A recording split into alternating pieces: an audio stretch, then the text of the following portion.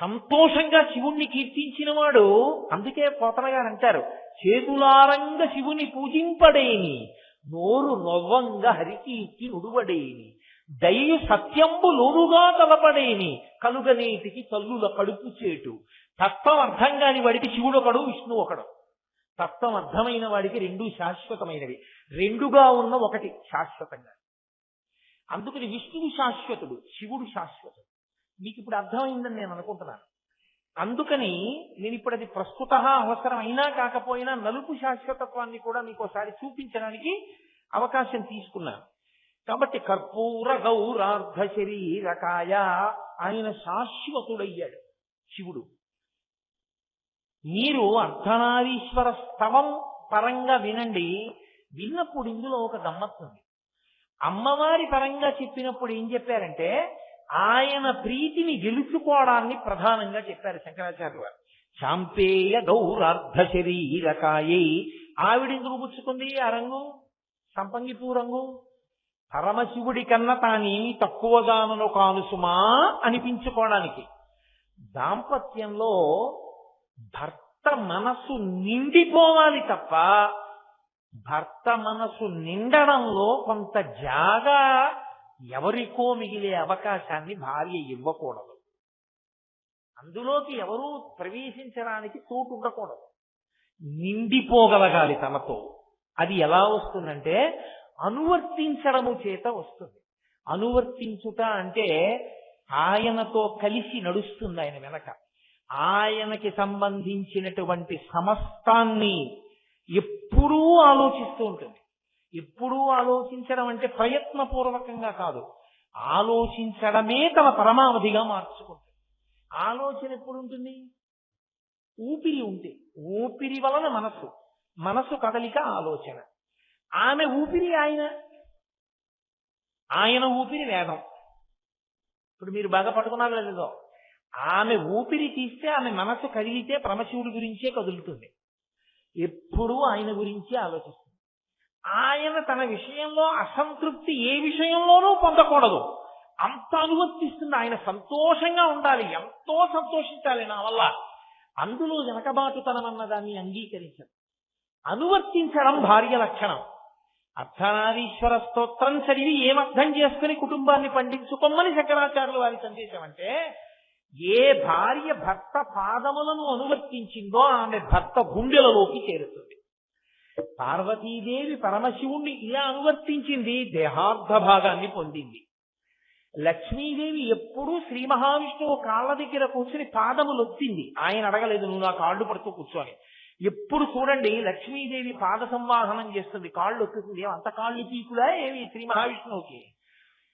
ఆయనకి కాళ్ళ పీకులని కాదు, ఆవిడ ఆయన పాదాల దగ్గర కూర్చుంటుంది అని. తనంత తాను ఆవిడ ఎంచుకున్నది ఆయన పాదాల దగ్గర కూర్చోవడం.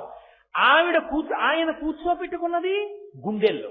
ఆయన పాదాల దగ్గర కూర్చోమని లేదు, పాదాల దగ్గరే కూర్చుంటారన్నదాన్ని గుండెల్లో పెట్టుకున్నాడు శ్రీ మహావిష్ణువు. పాదాల దగ్గర కూర్చోవడం చిన్నతనమని లక్ష్మీదేవి అనుకుని ఉంటే ఆయన గుండెల్లోకి చేరేది కాదు. పరమశివుణ్ణి అనువర్తించడం అంత ముఖ్యమనుకే పార్వతీదేవి అనుకుని ఉండి ఉండకపోతే ఆయన దేహార్థ భాగాన్ని పొంది ఉండేది కాదు. సంసారమునందు భర్తని అనువర్తించడం అంత అవసరం.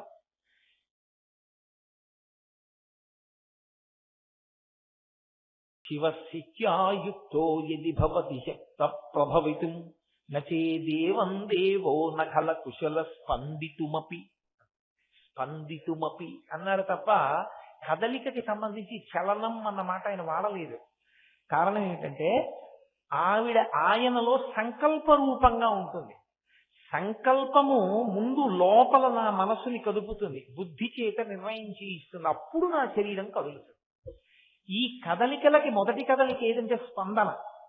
మీకు నేను ఒక ఉదాహరణ చెప్పాలి అంటే, ఇప్పుడు నేను ఏదో ఇప్పుడు వీళ్ళకి ఉదాహరణ చెప్దాం అని లోపల నాకు తడుతుంది, అది స్పందన. అది నేను చెప్పేటప్పుడు దానికి అనుగుణంగా నా చేతులు కాళ్ళు కదులుతాయి. ఆ కదలికలు మీకు తెలుస్తాయి, లోపలి స్పందనలు మాత్రం మీకు తెలియవు. లోపల జరుగుతుంది స్పందన. పరమశివుని లోపల భావస్పందన రూపంలో ఉండేది అమ్మవారు. అందుకని అమ్మవారు అయ్యవారిలోకి అణిగిపోతుంది. అయ్యవారిలోంచి స్పందన రూపంలో పైకి వచ్చిందనుకోండి, ముందు ఆవిడ రావాలి. ఆవిడొస్తే ఆయన్ని కామేశ్వరుణ్ణి చేస్తుంది. ఆయన యందు సృష్టి యందు ఆభిముఖ్యమును కల్పిస్తుంది. ఇదే ముందుకెళ్ళిన తర్వాత ఒక చోట శంకర భగవత్పాదులు అంటారు, ప్రపంచ సృష్ట్యున్ముఖలాస్యకాయై అంటారు. ప్రపంచమును సృష్టి చెయ్యాలనేటటువంటి ఉన్ముఖత్వమును కల్పించిన లాస్య స్వరూపిణివి నువ్వు అంటారు. కాబట్టి ఇప్పుడు పరమశివుడు తెలుపు అంటే ఆయన తెలుపు అన్న మాటకు అర్థం ఏమిటంటే ఆయన సత్యం, నిత్యం, నిర్మలం, నిరంజనం. అది ఒకనాడు ఉండి ఒకనాడు పోయే వస్తువు కాదు. పోయేవన్నీ ఎక్కడికి పోవాలి? ఆయనలోకి పోవాలి. ఆయనలోకి పోయినవన్నీ ఏమవ్వాలి? ఆయనలోంచి రావాలి. ఎవరిలోకి విడుతోందో అది కూడా లేకుండా పోయిందనుకోండి, అప్పుడు ఇంకా శాశ్వతమైనది ఏది లోకంలో? బ్రహ్మమొక్కటే శాశ్వతము. ఆ బ్రహ్మమే శివుడు. కాబట్టి ఆయన తెల్లగా ఉంటాడు. కర్పూర గౌరార్ధ శరీరకాయ. కర్పూరం ఎంత తెల్లగా ఉంటుందో శివుడు అంత తెల్లగా ఉన్నాడు అండంలో శంకరుల ఉద్దేశ్యం. శంకరుల యొక్క ప్రతిపాదన ఏమి అంటే పరమశివుడు సత్యమై నిత్యమై ఉన్నాడు. అది పరబ్రహ్మతత్వమై ఉన్నది. ఆ పరబ్రహ్మతత్వంలోకి నువ్వు ప్రవేశించడము అంటే బ్రహ్మమును గుర్తెరుగుటయే. బ్రహ్మమును నువ్వు తెలుసుకున్న ఉత్తర క్షణంలో నువ్వే బ్రహ్మమవుతున్నావు. అందుకే ఒక చమత్కారమైనటువంటి స్తోత్రం ఒకటి చేశారు శంకరాచార్యులు వారు ఒక చోట. అందులో ఒక మాట అన్నారు ఆయన, అమ్మవారు అనుగ్రహంతో ఎవరిని చూస్తుందో వాళ్ళు చంద్రశేఖరులవుతారు అన్నారు. అంటే మాయ తొలగి వాడికి శివుడు తెలిస్తే వాడు శివుడు అయిపోతాడు. బ్రహ్మవిద్ బ్రహ్మైవ భవతి. బ్రహ్మమును తెలుసుకున్నవాడు బ్రహ్మమే ఎగుతున్నాడు.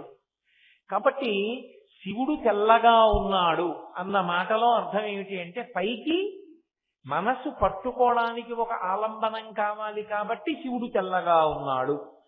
అంతరార్థము అన్నీ శివుడిలోంచి వచ్చి అన్నీ శివుడిలోకి ఎడతాయి తప్ప శివుడు మాత్రం ఇంకో దాంట్లోకి వెళ్ళిపోవడమో శివుడు లేకుండా పోవడమో ఉండనే ఉండదు. ఎప్పుడూ ఉండేవాడు ఆయనే.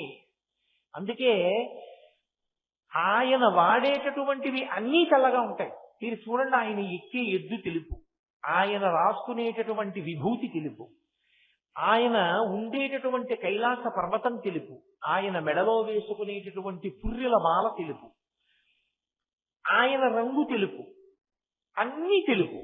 అన్నీ తెలుపుతో ఉండేటటువంటి పరమశివుని యొక్క తత్వం ఏమి అంటే అన్నీ తెలుపుతో ఎందుకు సంకేతిస్తారంటే ఎప్పుడూ ఉండేవాడు సుమా, ఒకనాడు ఉండి ఒకనాడు లేనివాడు కాడు. సమస్త లోకములు ప్రళయము యందు నశించిపోయినా ఆయన మాత్రం ఉంటాడు. ఆయన లేకుండా పోవడం అన్నది ఉండదు. మళ్ళీ ఆయనలోంచి అన్నీ బయటికి వస్తాయి. అందుకే ఒక చోట శంకరాచార్యులు వారు అంటారు, బ్రహ్మమస్తకావలి నిబద్ధతే నమశివాయ అంటారు. ఆయన మెడలో పుర్రెల మాల వేసుకుంటాడు. పునుకల పేరు కంఠమున భూరి భుజంగము భూషణంబుగా అనయము భస్మధారణము ఎద్రి నివాసము మేరు విల్లుగా అనుబుగ దంతి చర్మమును హస్తములందు కపాల శూలముల్ పడిబడిదాల్సు శంకరు కృపావరు రూపమును ఆశ్రయించదన్ అని. పునుకల పేరు కంఠమున పుర్రెల మాల ఒకటి వేసుకుంటాడు. ఎందుకు ఆయనకు ఆ పుర్రెల మాల? అసహ్యంగా ఉండదు పుర్రెల మాల వేసుకుంటే? ఎవరైనా దగ్గరికి వెళ్తారా? ఎందుకు ఆ పుర్రెల మాల? తెల్లగా ఉంటుంది కాబట్టి వేసుకుంటాడా? అది కాదు దాని ఉద్దేశ్యం. పుర్రెలమాల ఎందుకు వేసుకుంటాడంటే లోకంలో ఉండేటటువంటి జనుల పుర్రెలు ఆయన మెడలో వేసుకోడు. సృష్టి చెయ్యమని ప్రతి యుగంలోనూ సృష్టి జరిగేటప్పుడు ఆయన మొట్టమొదట చతుర్ముఖ బ్రహ్మగారికి అధికారం ఇచ్చి వేదం ఇస్తాడు. ఆ బ్రహ్మగారు కూడా కాలంలో పడిపోతాడు. పడిపోయినప్పుడు ఆయన తల కూడా పడిపోతుంది. పడిపోయినప్పుడు ఆయన దానికి ఒక గౌరవం ఇస్తాడు. అరేరే, నేను మొట్టమొదట సృష్టించి ఆయన చేత మిగిలిన సృష్టి చేయించాను. నిన్న మీరు విన్నారుగా, బ్రహ్మగారు అడిగితే కదా అర్ధనారీశ్వర స్వరూప ప్రకటన చేశాడు సృష్టికి. ఆయన పుర్రె కూడా బొత్తిగా అలా పడిపోవడమే మర్యాద కాదు. అందుకని ఆ పుర్రె తీసి ఏం చేస్తాడంటే ఒక తలపకి గుచ్చి మెళ్ళో వేసుకుంటాడు. పరమశివుని పాదముల చెంతకి చేరడం కన్నా పవిత్రత ఏమైనా ఉందా లోకంలో? ఉండదు. ఒక పువ్వు ధరించింది అంటే గుర్తు ఆయన పూజకి వెడితేనే. శవం మీద అలంకారంగా పుష్పహారం వెళ్ళిందనుకోండి, దాని జన్మ నశించిపోయింది. అది ఎంత సుగంధభరిత పుష్పమైనా దాన్ని ఎవరు తీసి కళ్ళకద్దుకుంటారో, ఎవరు శిలలో పెట్టుకుంటారో. శవం మీద వేసినటువంటి పుష్పమాల రుద్రభూమిలో విసిరివేయబడుతుంది. పరమేశ్వరుడి పాదముల మీదకి వెళ్ళిన పుష్పమాల కన్నుల కద్దుకుని శిలలో పెట్టుకుంటారు, తల మీద పెట్టుకుంటారు, చెవిలో పెట్టుకుంటారు. కాబట్టి ఆయన పాదముల మీదకి ఏది వెళ్ళిందో అది పూజింపబడిన వస్తువు అని గుర్తది ప్రసాదమై కూర్చుంటుంది. బ్రహ్మగారి తల కూడా పడిపోతే ఎలా? అందుకని తీసి మెడలో వేసుకున్నాడు. పూజనీయత ఆయన కల్పించాడు, బ్రహ్మగారు కల్పించుకున్నారు. అలా ఆయన చెప్పిన మాట విని ఉన్నంత కాలము శివుడు చెప్పినట్టుగా సృష్టి చేసినటువంటి కారణం చేత పరమశివుడి మెడలో హారంలో వెళ్ళి కూర్చుంది. మొట్టమొదట ఒక పుర్రె వేసుకున్నాడు. ఆ తర్వాత మళ్ళీ సృష్టి వచ్చింది. మళ్ళీ సృష్టి అంతా మహాప్రళయంలో వెళ్ళిపోయింది. మళ్ళీ బ్రహ్మగారు పడిపోయాడు. మళ్ళీ ఆ పుర్రె తీసి మెడలో వేసుకున్నాడు. అలా మళ్ళీ సృష్టి వచ్చింది. మళ్ళీ బ్రహ్మగారు వచ్చారు, మళ్ళీ సృష్టి చేశారు, మళ్ళీ బ్రహ్మగారు పడిపోయారు, మళ్ళీ బ్రహ్మగారి పుర్రె తీసి వేసుకున్నాడు. ఇలా బ్రహ్మగారి యొక్క పుర్రెలు బోలెడన్ని పుర్రెలై పెద్ద మాల ఒకటి ఆయన మెడలో వేసుకున్నాడు. అంటే ఎంతమంది బ్రహ్మలు వెళ్ళిపోయారు? ఎంత సృష్టి వెళ్ళిపోయింది? ఇంత సృష్టి వెళ్ళిపోయినా, ఇంతమంది బ్రహ్మలు వెళ్ళిపోయినా ఎవరు ఉండిపోయారు? ఆయన ఒక్కడే ఉండిపోయాడు, శివుడు. బ్రహ్మలు వెళ్ళిపోయారు, సృష్టి వెళ్ళిపోయింది. సృష్టించినవాడు సృష్టి కూడా వెళ్ళిపోయాయి. లోకంబులు లోకేశులు లోకస్తులు తెగిన తుది అలోకంబగు పెంచి కటి కావల ఎవ్వండే కకృతి వెలుగు అతని నీ సేవించున్నంటారు పోతన గారు. ఆయన ఒక్కడే మిగిలిపోయాడు పరంజ్యోతి స్వరూపుడే. అలా మిగిలిపోయిన వాడెవడో వాడు సత్యం, వాడు శాశ్వతం. నీవు కూడా శాశ్వతుడవు కావాలి అంటే పుట్టి చచ్చి కాకుండా ఉండాలి అంటే శివుడు నీకు తెలియాలి. శివుడు తెలిస్తే నీవు శివుడు అవుతావు. ఆత్మయే శివుడు. ఆత్మ తెలిస్తే నువ్వు ఆత్మ అవుతావు. ఇక మళ్ళీ జనన మరణములు లేవు. శరీరానికి ఉన్నాయి జనన మరణాలు, ఆత్మకి లేవు. కాబట్టి శివుడు తెల్లగా ఉంటాడు అన్న మాటలో శంకరుల ప్రతిపాదన ఏమి అంటే ఆయన శాశ్వతుడు, నిత్యుడు, సత్యుడు తప్ప ఆయన ఒకనాడు ఉండి ఒకనాడు వెళ్ళిపోయేవాడు కాడు. అటువంటి వాడు పరమేశ్వరుడు. అందుకని కర్పూర గౌరార్ధ శరీరకాయ, ఆయన కర్పూరము వంటి తెల్లని శరీరంతో ఉంటాడు. ఇప్పుడు ఈ స్తోత్రంలోది ప్రస్తుతం కాకపోయినా మీకు ఒక అనుమానం వస్తుంది. బాగుందండి, తెల్లతనం శాశ్వతత్వానికి గుర్తంటున్నారు. మరి తెలుపుకి వ్యతిరేకమైన గుణం ఏది? ఇంకొక విశేషం నలుపు. అది రంగు కాదన్నారుగా మీరు. నేను అన్నానుగా తెలుపు రంగు కాదు, నలుపు రంగు కాదన్నాను. మిగిలిన 7 రంగులు అన్నాను. పుచ్చుకుంటే నలుపు, వదిలిపెడితే తెలుపు అన్నాను. మరి అప్పుడు నలుపుకి శాశ్వతత్వం ఎలా? మరి అప్పుడు నలుపుగా ఉండే నారాయణుడు శాశ్వతుడని ఎలా చెప్తారు తత్వంలో? అప్పుడు నారాయణుడు కూడా కాలంలో విడిపోయేవాడేనా? అప్పుడు నలుపు శాశ్వతత్వం ఎలా అవుతుంది అంటే, మీరు జాగ్రత్తగా వినండి. సృష్టిలో ఏదైనా సరే చెట్టు చివరికి కాలిపోతుంది, మగ్గిపోతుంది. పువ్వు కావదు కదండి అని మీరు అనొచ్చు. కానీ పువ్వు నేల మీద పడిపోయిన తర్వాత దానిలో ఉన్న నీరంతా ఇంకిపోయి వేడికి మెల్లిమెల్లిగా రంగు పోయి గరుగ్గా తయారైపోయి ఎండిపోయి ఇక ధూళి కింద భూమిలోకి రాలిపోతుంది. అంటే అగ్నితప్తం అయిపోతుంది మనకి కనపడకుండానే. అప్పుడు ప్రతి వస్తువు కాలుతోంది. కాలిపోతున్న ప్రతి వస్తువు నల్లగానే అవుతుంది. అది తెల్లగా ఉన్నది కానివ్వండి, ఆకుపచ్చగా ఉన్నది కానివ్వండి, ఏది కానివ్వండి, అది కాలిపోయినప్పుడు అయ్యేది ఏది అంటే మొదట అది అన్నీ ఏ రంగుని పొందుతాయంటే నలుపు రంగునే పొందుతాయి. ఈ నలుపు కాలి తయారైందా ఏమని పిలుస్తామంటే బొగ్గు అంటాం. కాలకముందు ఏదైనా అవ్వచ్చు, కాలకముందు కుర్చీ అవ్వచ్చు, కాలిన తర్వాత బొగ్గు. కాలకముందు అది బల్ల, కాలిన తర్వాత బొగ్గు. కాలకముందు తండ్రి గారి శరీరం కాల్చేసిన తర్వాత బొగ్గు. ఏదైనా బొగ్గు. ఈ బొగ్గు శాశ్వతత్వాన్ని ఎలా పొందుతుందో తెలుసా? మరి బొగ్గు బొగ్గుగా ఉండదు కదండి అని మీరు అడగచ్చు. బొగ్గు వజ్రముగా మారుతుంది. అందుకే diamond is nothing but the transformation of coal into black coal. వజ్రానికి బ్లాక్ కోల్ అని ఒక, వజ్రానికి బొగ్గుకి బ్లాక్ డైమండ్ అని ఒక పేరు. బ్లాక్ డైమండ్ అని ఎందుకంటారంటే బొగ్గు వజ్రము యొక్క రూపాంతరం. వజ్రం వజ్రేన భిన్నయేత్, వజ్రం ఇహ పగలదు, వజ్రము వజ్రము చేతనే పగులుతుంది. అంటే పగలకుండా అలా ఉండిపోతుంది కాబట్టి వజ్రము శాశ్వతత్వాన్ని పొందింది. అంటే బొగ్గు శాశ్వతత్వాన్ని పొందింది, అంటే నలుపు శాశ్వతత్వాన్ని పొందింది. నలుపు శాశ్వతము, తెలుపు శాశ్వతము, రంగులు కావు కాబట్టి శివుడు కేశవుడు శాశ్వతులు. శివకేశవుల పేరు మీద ఉన్న బ్రహ్మము శాశ్వతం.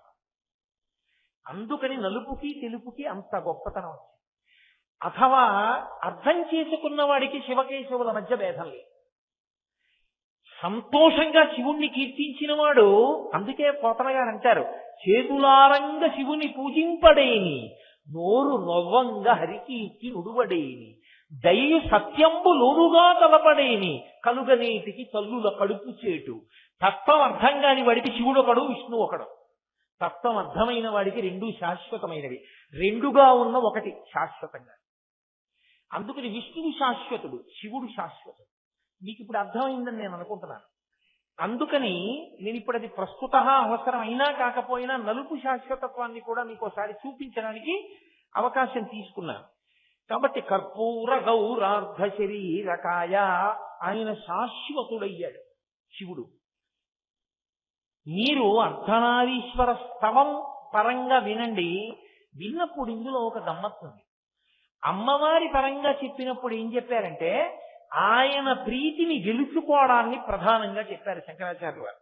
చాంపేయ గౌరార్ధ శరీరకాయై, ఆవిడెందుకు పుచ్చుకుంది ఆ రంగు, సంపంగిపూ రంగు?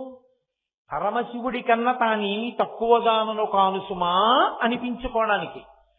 దాంపత్యంలో భర్త మనసు నిండిపోవాలి తప్ప భర్త మనసు నిండడంలో కొంత జాగా ఎవరికో మిగిలే అవకాశాన్ని భార్య ఇవ్వకూడదు. అందులోకి ఎవరూ ప్రవేశించడానికి చోటు ఉండకూడదు.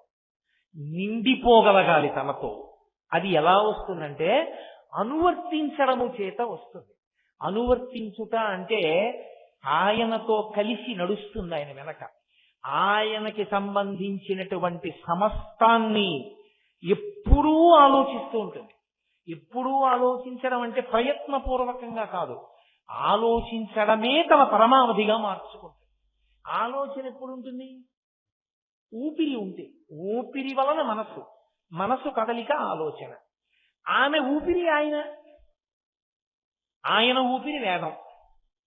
ఇప్పుడు మీరు బాగా పట్టుకున్నారు లేదో, ఆమె ఊపిరి తీస్తే ఆమె మనసు కదిలితే పరమశివుడి గురించే కదులుతుంది. ఎప్పుడూ ఆయన గురించే ఆలోచిస్తుంది. ఆయన తన విషయంలో అసంతృప్తి ఏ విషయంలోనూ పొందకూడదు, అంత అనువర్తిస్తుంది. ఆయన సంతోషంగా ఉండాలి, ఎంతో సంతోషించాలి నా వల్ల. అందులో వెనకబాటుతనం అన్న దాన్ని అంగీకరించదు. అనువర్తించడం భార్య లక్షణం. అర్ధనారీశ్వర స్తోత్రం చదివి ఏమర్థం చేసుకుని కుటుంబాన్ని పండించుకోమని శంకరాచార్యులు వారి సందేశం. అంటే ఏ భార్య భర్త పాదములను అనువర్తించిందో ఆమె భర్త గుండెలలోకి చేరుతుంది. పార్వతీదేవి పరమశివుణ్ణి ఇలా అనువర్తించింది, దేహార్థ భాగాన్ని పొందింది. లక్ష్మీదేవి ఎప్పుడూ శ్రీ మహావిష్ణువు కాళ్ళ దగ్గర కూర్చుని పాదములు ఒత్తింది. ఆయన అడగలేదు నువ్వు నా కాళ్ళు పడుతూ కూర్చొని. ఎప్పుడు చూడండి లక్ష్మీదేవి పాద సంవాహనం చేస్తుంది, కాళ్ళు ఒత్తుతుంది. అంత కాళ్ళు పీకులా ఏమి శ్రీ మహావిష్ణువుకి?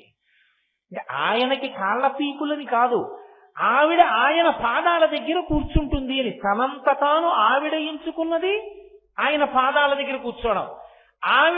ఆయన కూర్చోపెట్టుకున్నది గుండెల్లో. ఆయన పాదాల దగ్గర కూర్చోమని లేదు, పాదాల దగ్గరే కూర్చుంటారన్నదాన్ని గుండెల్లో పెట్టుకున్నాడు శ్రీ మహావిష్ణువు. పాదాల దగ్గర కూర్చోవడం చిన్నతనమని లక్ష్మీదేవి అనుకుని ఉంటే ఆయన గుండెల్లోకి చేరేది కాదు. పరమశివుణ్ణి అనువర్తించడం అంత ముఖ్యమనుకు పార్వతీదేవి అనుకుని ఉండకపోతే ఆయన దేహార్థ భాగాన్ని పొంది ఉండేది కాదు. సంసారమునందు భర్తని అనువర్తించడం అంత అవసరం. ఒక చక్రం తిరిగితే రెండో చక్రం తిరగాలి, ఇరుసుతో రెండూ తిరగాలి. ఏ చక్రం తిరగకపోయినా మొదటి చక్రానికి ఇబ్బందే, చాలా ఇబ్బందిగా ఉంటుంది. కలిసి తిరిగితేనే బండి నడుస్తుంది. సంసారమునందు ఈ అనువర్తించడం అన్నది భార్య వైపు నుంచి ఉండాలి. భర్త మన తిరిగి ఆయనని అనువర్తించి నడచుట అన్నది రావాలి. భర్త మన తిరిగి అన్నప్పుడు ఆయన క్షుద్రమైన నడవడి కలిగిన వాడై ఉండకూడదు. అనువర్తించడం ప్రధానం తప్ప నేనెలా ఉండాలన్నది నువ్వు చెప్పడానికి పనికిరావు. నా ఇష్టం వచ్చినట్టు నేను తిరుగుతానని పురుషుడు అనకూడదు. పురుషుడు ధార్మిక మార్గమునందు ప్రయాణించాలి, పరమేశ్వరుణ్ణి పట్టుకుని నడవాలి. అలా నడిచిన వాడెవరో ఆయన శాశ్వతుడు. ఆయన శాశ్వతత్వాన్ని అమ్మవారు కూడా పొందుతుంది. ఆవిడ శాశ్వతి, శాశ్వతైశ్వర్య. మీరు చదువుతున్నారుగా తెల్లవారు లేస్తే, భర్త వలన ఆమె కూడా ఆ స్థానాన్ని పొందేసింది. నీవు అలా నడిపించడం నీకొస్తే నీ భార్య కూడా స్థానాన్ని పొందుతుంది. అందుకే అలా నడిపించడం నేర్చుకోమనే చిటికిన వేలు పెట్టి పట్టించి నడిపిస్తారు సంప్రదాయంలో. అలా ముందు నడక నేర్పిన వాడు తండ్రి, వేలు పట్టి నడిపిస్తాడు తప్పటడుగులేస్తే. తర్వాత సప్తపది దగ్గర, ప్రధాన హోమం దగ్గర, వివాహంలో ఇక నిన్ను మహాప్రస్థానంలో పరమేశ్వరుడి దగ్గరికి నేను నడిపిస్తానని చిటికిన వేలు పట్టుకుని నడిపిస్తాడు భర్త. అది బ్రహ్మముడి. ఆయన నడిచిన నడక వలన ఆమెకు అభ్యున్నతి. ఆయన ఇంకొకలా నడిస్తే ఆవిడ అభ్యున్నతిని పొందడం సాధ్యం కాదు. ఈ ముడి అందుకు పడింది. ఈమె ధరించడం నీ నడక మీద ఆధారపడింది. తిరుపతి వెళ్ళాలి అనుకున్నవాడు శేషాద్రి ఎక్స్ప్రెస్ కి తగిలించిన ఇంజిన్ ఉన్నటువంటి ట్రైన్ ఎక్కితేనే తిరుపతి వెళతాడు. హైదరాబాద్ వెళ్దాం అనుకున్నటువంటి బోగీలకి తగిలించిన ఇంజన్ ఉన్నటువంటిది ఒకేలా ఉన్న రైలు పెట్టెలు అందులోకి ఎక్కిన వాడు తిరుపతి వెళ్ళలేడుగా. ఇంజన్ ఎట్టెడుతుందో భోగి కూడా అట్టే వెడుతుంది. ఇది బ్రహ్మముడి. నువ్వు ఎట్టెడతావో నీ భార్య అట్టెడుతుంది. నువ్వు ఎప్పుడూ ఇహమే కోరుకుని ఎప్పుడూ ఇక్కడ సంపాదన సంపాదన సంపాదన సంపాదన ఏడిస్తే, నువ్వు రాగద్వేషాలు పెట్టుకుని నీ పెళ్ళానికి అదే నేర్పితే ఇద్దరూ అయ్యేదేది అంటే పిల్లో కుక్కో. నువ్వు ఊర్ధ్వముఖ చలనం చేస్తే, నువ్వు యజ్ఞం చేస్తే, నువ్వు యాగం చేస్తే, నువ్వు ధర్మం చేస్తే, నువ్వు గోపూజ చేస్తే, నువ్వు భక్తితో పరమేశ్వరుణ్ణి ఆరాధన చేస్తే, ఆమె మెల్లిగా తెచ్చి మడినీళ్ళు అక్కడ పెడితే, గిన్నె అక్కడ పెడితే, నీకు పంచి అందిస్తే, నీకు పలహారం చేసి పెడితే ఆవిడ ధరిస్తుంది. నువ్వు చేసుకోవడానికి ఆవిడ అన్ని చేసి పెట్టింది కాబట్టి ఇది బ్రహ్మముడి. ఈ బ్రహ్మముడిలో నీవు తరించి ఆవిడ్ని తరింప చెయ్యాలి.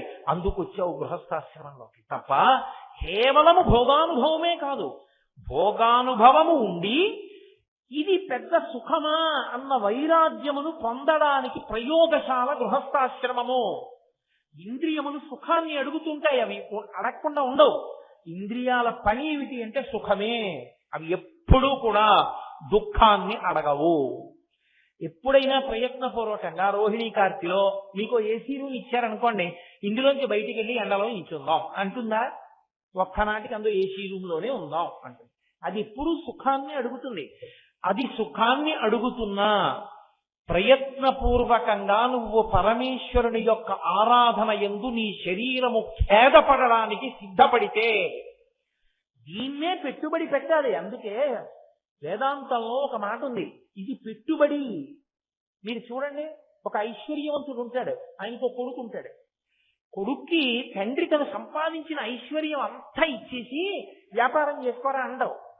ఏం చేస్తాడంటే తన దగ్గర 1000 కోట్లు ఉన్నాయనుకోండి, ముందు 50 లక్షలు ఇస్తాడు. ఇచ్చి ఒరే వ్యాపారం పెట్టంటే చూస్తాడు వీడు ఎలా చేస్తున్నాడు. 50 లక్షల వ్యాపారాన్ని నష్టపరిచేశాడు అనుకోండి, అప్పుడు అనుభవాన్ని గెలుస్తాడు. ఒరే చూసావా ఎంత ప్రమాదం వచ్చిందో, ఎక్కడొచ్చిందో చూసావా, మొత్తం పెట్టుబడి పెట్టుంటే ఇద్దరం బయట నిల్చుందాం, ఇప్పుడు జాగ్రత్తగా ఉండు అని మళ్ళీ కొంత పెట్టుబడి ఇస్తాడు. పరమేశ్వరుడు దీన్ని పెట్టుబడిగా ఇచ్చాడు. మొదటి పెట్టుబడి ఎక్కడిది? తనకున్నదాన్నే తాను పెట్టుబడిగా పెడతాడు. తనకి లేని దాన్ని పెట్టుబడిగా పెట్టలేడు వ్యాపారస్తుడు. తన ఇంట్లోనే ముందు పెట్టుబడిగా పెడతాడు, పెట్టి లాభం సంపాదిస్తాడు, సంపాదించి ద్విగుణీకృతం చేసుకుంటాడు. అలాగే ఇదే పెట్టుబడి, కొత్త పెట్టుబడి ఉండదు. మనకున్నదే మన పెట్టుబడి, మనకున్నదే ఇదే. దీన్ని పెట్టుబడి పెట్టాలి. దీన్ని పెట్టుబడి పెట్టడం అంటే అమ్మ బాబోయ్ ఇది సుఖంగా ఉండాలండి, ఇది సుఖంగా ఉండాలండి అని ఎప్పుడూ దీని సుఖం గురించి ఆలోచిస్తే నువ్వు ఈశ్వరుణ్ణి చేరలేవు. అమ్మో నా డబ్బు బయటికి తానండి, పెట్టుబడి పెట్టనండి అంటే నువ్వు వ్యాపారం చేయలేవు, లాభం రాదు. ఎంత ఉందో అంతే ఉంటుంది. పెట్టుబడి పెట్టి ధైర్యం చేశావు, లాభం వస్తుంది. అలాగే దీన్నే పెట్టుబడిగా పెట్టాలి. దీనితో ఈశ్వరుడి పల్లకి మోయి, దీంతో భగవన్నామం చెప్పు, దీంతో శ్రద్ధతో పుష్పాలు అర్చించి పూజ చేయి, దీంతో భగవత్ కథా శ్రవణం చేయి, దీంతో 4 స్తోత్రాలు చదువు, దీంతో 2 గ్రంథాలు చదువుకో, దీంతో ఒకరికి పెట్టుకో. దీంతో ఏం చేశావో అదే నీకు పెట్టుబడి నీకు లాభాలు తీసుకొస్తుంది. నీ వెంట పుణ్యం అన్న లాభం వస్తుంది. దీన్ని పెట్టకూడని చోట పెట్టుబడి పెట్టావు, నష్టం వచ్చింది, అనుభవించాలి నువ్వే. పెట్టకూడని చోట పెట్టావు పెట్టుబడి పట్టుకెళ్ళి, ఇది ప్రమాదకరమని తెలిసి అక్కడ పెట్టేశావు, నష్టం వచ్చి నీవే భరించాలి. దీంతో చెయ్యకూడనివన్నీ చేశావు, దాచుకున్నావు.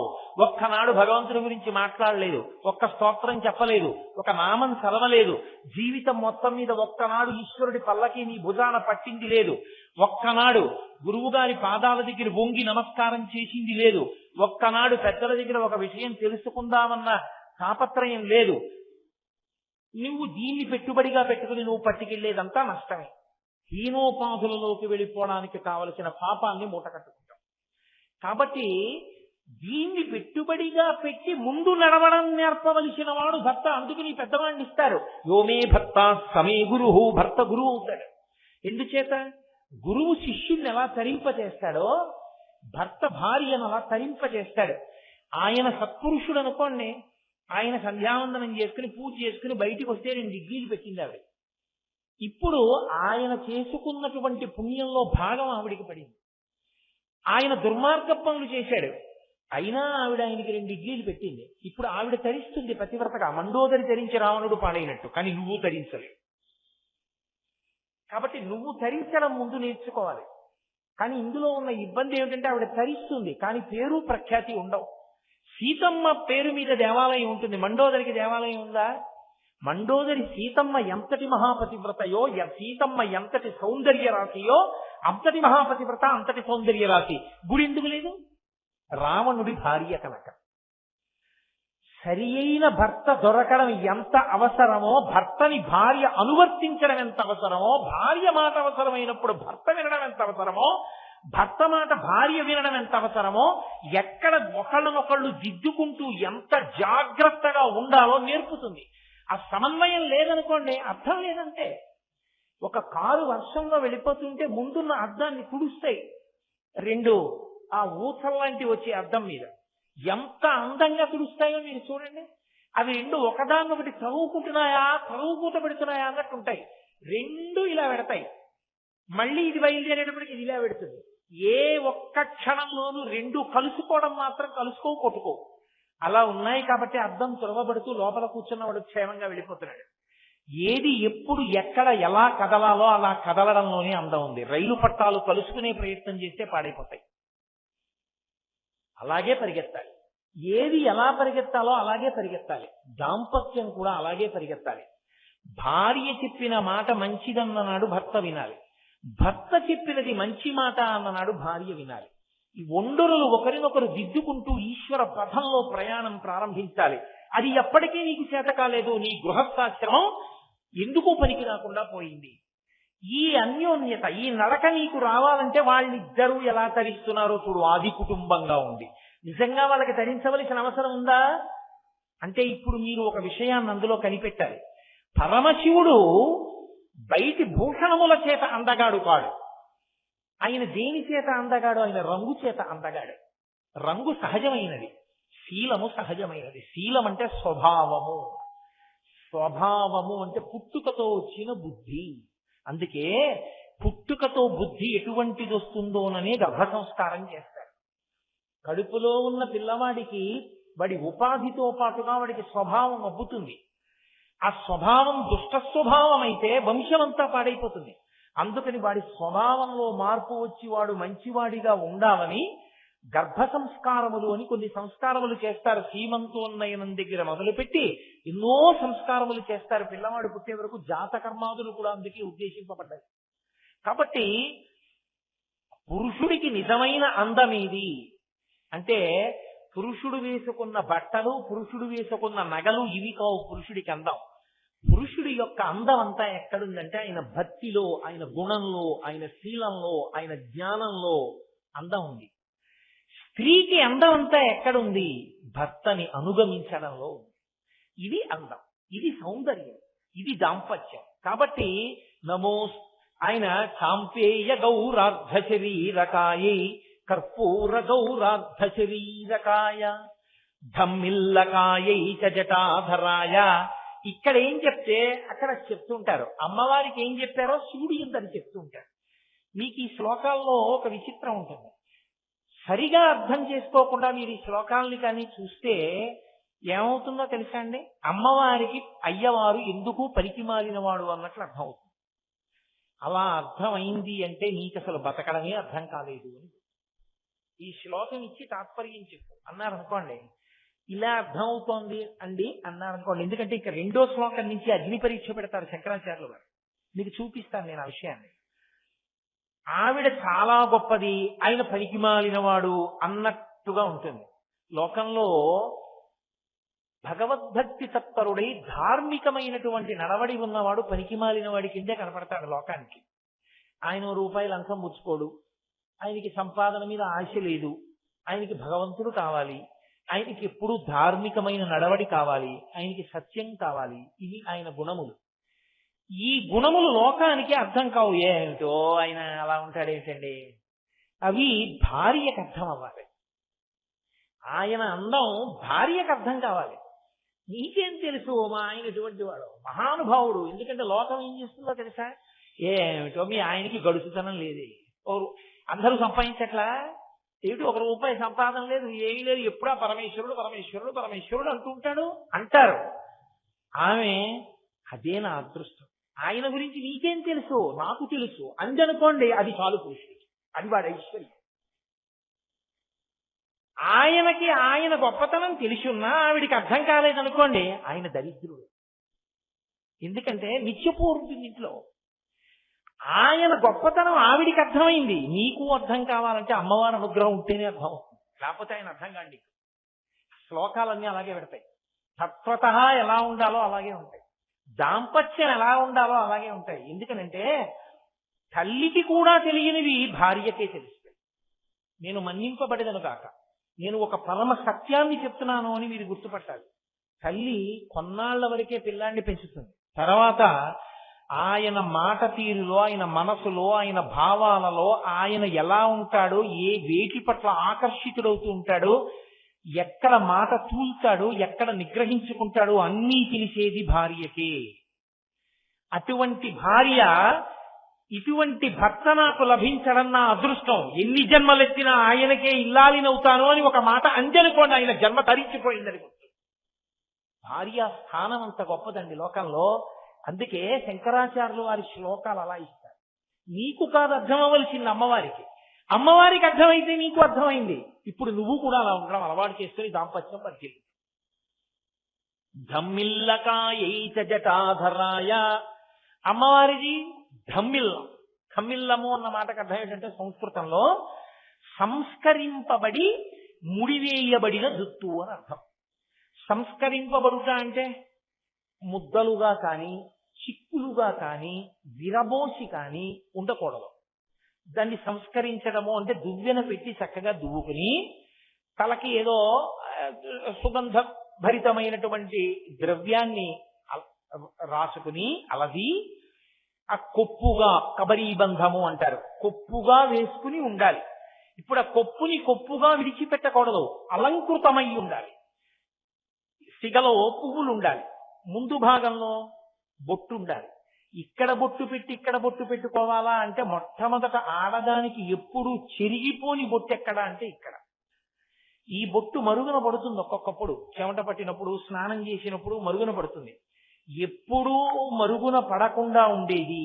అందుకే మరుగు పడకూడదని సింధూరం అలదుకుంటారు. సింధూరం తడి తెగిలి కడిగినా కూడా పోదు, మరకుండిపోతుంది. భర్త ఐశ్వర్యాన్నంతటినీ ఇక్కడి బొట్టు చేత నిర్ణయిస్తారు. శంకరుడు సౌందర్యలహరిలో శ్లోకం చేశారు దీని మీద. తనోతు క్షేమం నస్తవదన సౌందర్యలహరి అంటారు. ఇక్కడి బొట్టు చాలా ప్రధానం, ఇది కూడా చాలా ప్రధానం. కానీ పురుషుడు పెట్టుకుంటాడు, స్త్రీ పెట్టుకుంటుంది. పురుషుడు పెట్టుకోంది, స్త్రీ పెట్టుకునేది ఇక్కడ. ఇక్కడ ఎందుకు పెట్టుకుంటుంది అంటే భర్త యొక్క ఐశ్వర్యాన్ని నిర్ణయం చేస్తుంది లక్ష్మిగా ఇక్కడ బొట్టు పెట్టుకుని. కబరీబంధము చిక్కులు లేకుండా ఉండాలి. ఘన స్నిగ్ధ శ్లేక్షణం చికుర నికురంబం తవ శివే అంటారు శంకరుల సౌందర్యలహరిలో.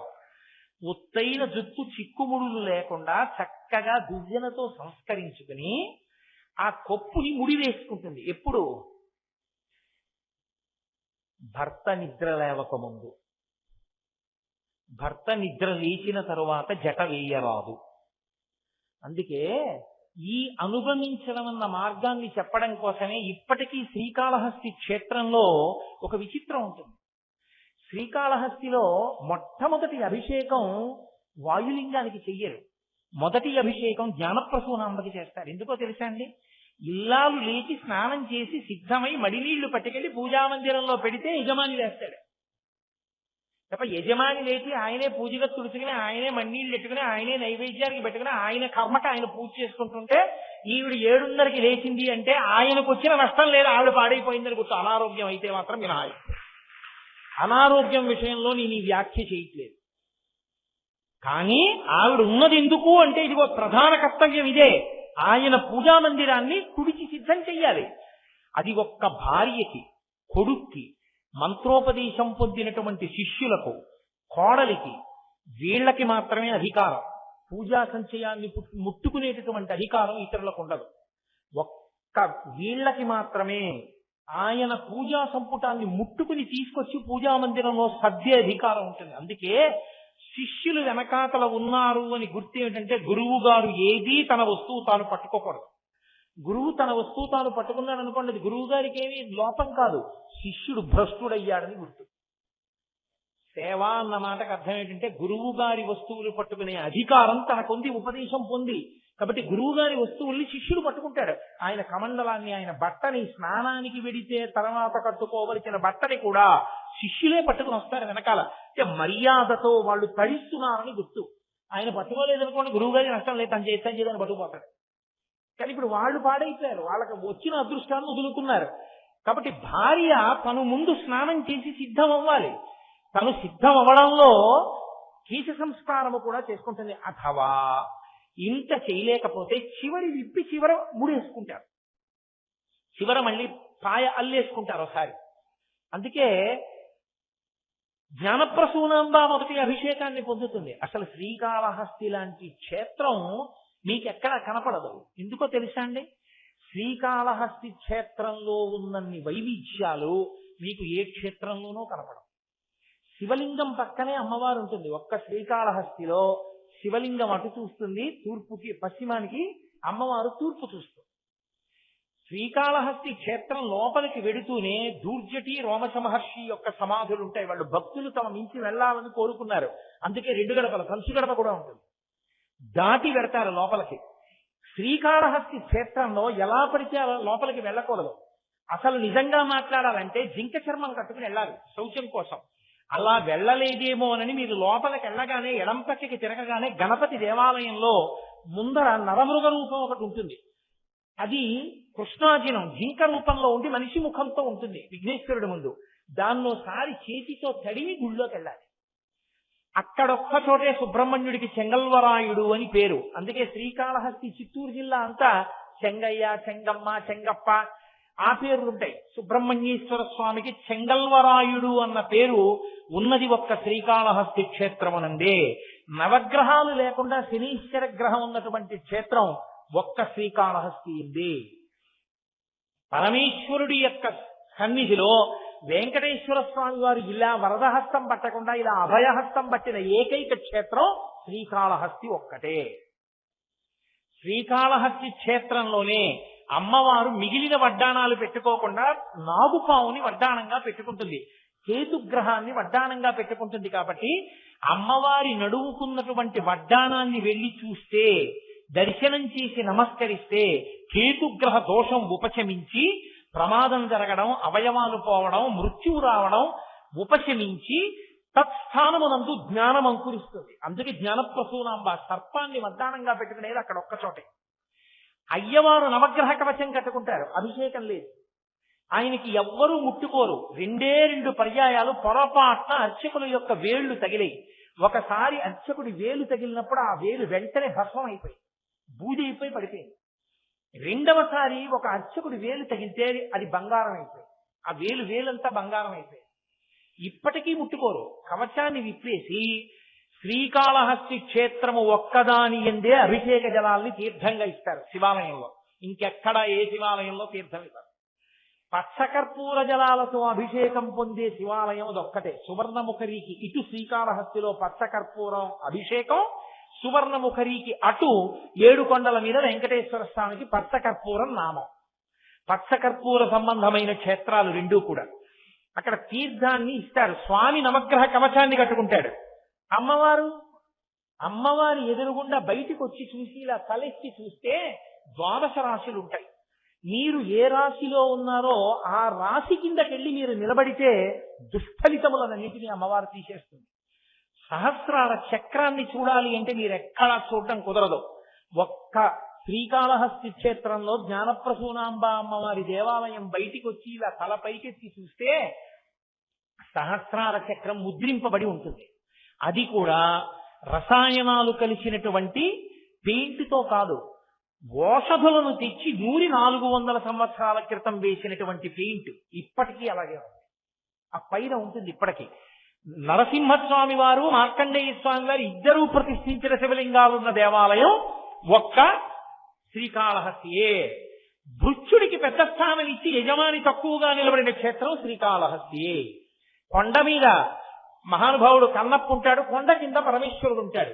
ఇంకా విచిత్రం తెలుసా, శ్రీకాళహస్తిలో పరమేశ్వరుడికి బ్రహ్మోత్సవాలు జరిగితే ధ్వజారోహణం చేసేది శివాలయంలో కాదు, కొండ మీద ఉన్న కన్నప్ప దేవాలయంలో ఎగరేస్తారు.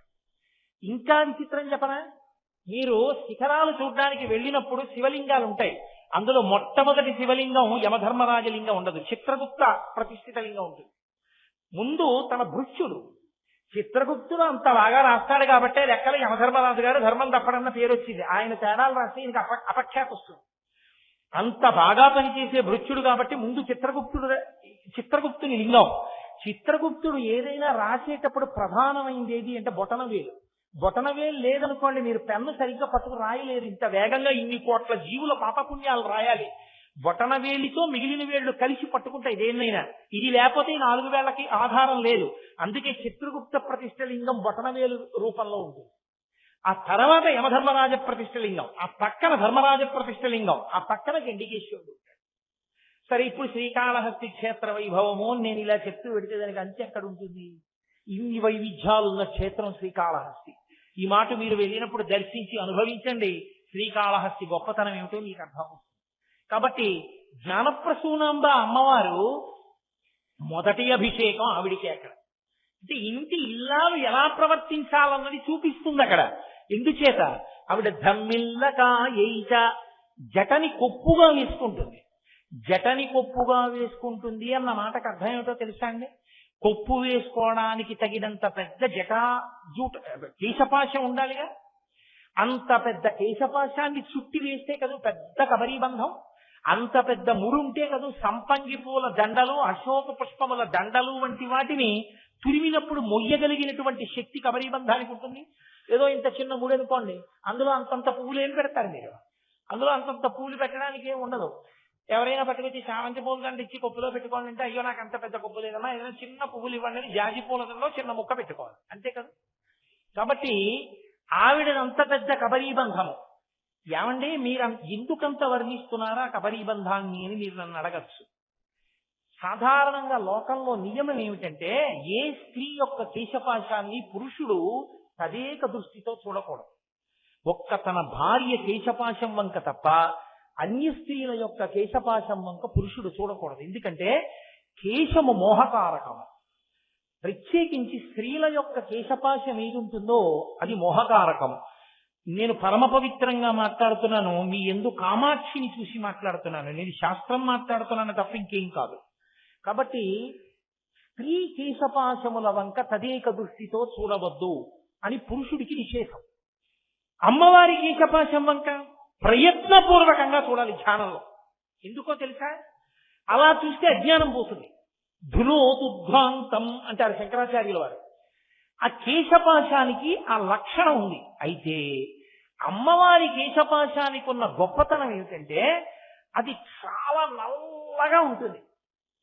చాలా నల్లగా ఉంది అంటే అర్థం ఏమిటంటే ఆవిడ నిత్య యవ్వన, ఆవిడ ఎప్పుడూ యవ్వనంలో ఉంటుంది. ఏమండి నిత్య యవ్వన అంటే ఆవిడ ఎలా ఉంటుంది? మరి పూర్వజ అందరికన్నా ముందు పుట్టిందిగా. అందరికన్నా ముందు పుట్టిన అమ్మ అమ్మలగన్నయమ్మ ముగురమ్మల మూలపుటమ్మ సావ పెద్దమ్మ సురారులమ్మ కడుపారడి బుచ్చినయమ్మ తన్ను లోలమ్మిన వెల్పుటమ్మల మలమ్మన ఉండడి అమ్మ దుర్గమాయమ్మ అయితే ఆవిడ జుట్టు తెలుపైపోతూ నమ్మితి నామనంబున సనాతనులైన ఉమామహేశులన్నని కదా పోతన గారు. సనాతనులైన ఉమామహేశులన్ అంటే మరి ఆవిడ జుట్టు తెల్లబడదు, పడదు. ఎందుకు తెలుపెక్కదు అంటే ఆమె కేశపాశము నల్లగా ఉంటుంది అంటే కాలమునకు మనందరం వశులమైపోతాం కాబట్టి జుట్టు తెల్లబడిపోతాం. జుట్టుని పరమేశ్వరుడు ఎందుకు తెల్లబరుస్తాడో తెలుసా? ఓ కారణం ఉంది. మీతో చెప్పాను కదా, తెలుపు శాశ్వతము. ఎందులోంచి ఇది వచ్చిందో అందులోకి వెళ్ళిపోయే రోజులు దగ్గరకు వచ్చేస్తున్నాయి. పెరిగే రోజులు వెళ్ళిపోయాయి. శరీరము పెరిగేది, బలాన్ని పొందే రోజుల్ని శరీరం అంటారు. ఇంకా దహింపబడడానికి సిద్ధమైపోతుంటే దేహము అంటారు. ఊరే ఎన్నాళ్ళు ఉన్నావో అంతకాలం ఇంకుండవు. కాబట్టి సమయాన్ని సద్వినియోగం చేసేసుకో. మళ్ళీ ఇందులోకి రాగలవో రాలేవో తెలియదు, ఎందులోకి వెళ్ళిపోతావో. ఇందులో ఉండగా చేయి, ఇది దాటితే ఇక చేస్తావని నమ్మకం లేదు. కాబట్టి చేసేసుకో అని ఒక సంకేతం ఇవ్వడానికి తెల్లవారి లేచి తప్పకుండా దువ్వుకుంటాడు. కాబట్టి దీన్ని తెలుపు చేస్తాడు. ఇంకొక మాట నేను ఎందుకు అనాలి, నేను అనను, మీకు అర్థమైపోయింది. మనమే రంగేసేస్తే ఇంకా వాడిని ఉద్ధరించగలిగిన వాడు లేడు. కాబట్టి ఆయన తెలుపు చేయడం వెనక ఉండే లక్షణం అందుకుంటుంది. అందుకే మిగిలినవి వివర్ణము కావు, కేశములు మాత్రం రంగు మారిపోతాయి. కాబట్టి అమ్మవారి జుట్టు తెలుపెక్కలేదు అంటే కాలమునందు ఆమె వశపడదు. కాలమునకు మనం వశపడిపోతాం కాబట్టి కాలంలో పడిపోతాం. జనన తేదీ ఒకటి ఉంది అంటే మరణ తేదీ ఉంటుంది, ఇవి వెళ్ళిపోతాయి. కాబట్టి మనం కాలమునకు వశపడిపోతాం. 6 వికారములు పొందేస్తుంది శరీరం. పుట్టినది, ఉన్నది, పెరిగినది, తరిగినది, మార్పు చెందినది, నశించిపోయినది. కానీ అమ్మవారు అలా కాలమునకు లొంగిపోయేది కాదు. కాబట్టి ఆవిడ నిత్య యవ్వన, అందుకని జుట్టు నల్లగా ఉంటుంది. అందుకని ఆవిడ ధమ్మిల్లకాయైచ, ఆవిడ జుట్టు ముడి వేసుకుని ఉన్నది. జుట్టు ముడి వేసుకుని ఎందుకు ఉండాలి అంటే శాస్త్రమునందు ఒక మాట ఉంది. జుట్టు విరబోసుకుని ఇంట్లో ఇల్లాలు ఉన్న జుట్టు విరబోసుకుని స్త్రీ రాజవీధి యందు నడిచి వెళ్ళినా ఆ దేశమునకు అరిష్టము, ఆ ఇంటికి అరిష్టము అని గుర్తు. ఆ ఇంట అమంగళము తొందరగా వస్తుంది, శుభము దూరంగా పోతుంది. సంప్రదాయమే, అది మంగళ సూచన. అందుకే స్త్రీ జుట్టుని జల్లుకుని ఉండకూడదు. అందుకే వివాహకాండలో ఒక మంత్రం చెప్తారు. భర్త భార్య మెడలో తాళి కట్టాక చెప్తాడు, నేను ఎప్పుడూ నిన్ను చూడకూడదని అనుకుంటున్నది ఎలాగో తెలుసా? నీ జుట్టు విరబోసుకుని నువ్వు ఉండి నీ గుండెలు బాదుకుంటూ నా కంట కనపడకుండెదవుగాక.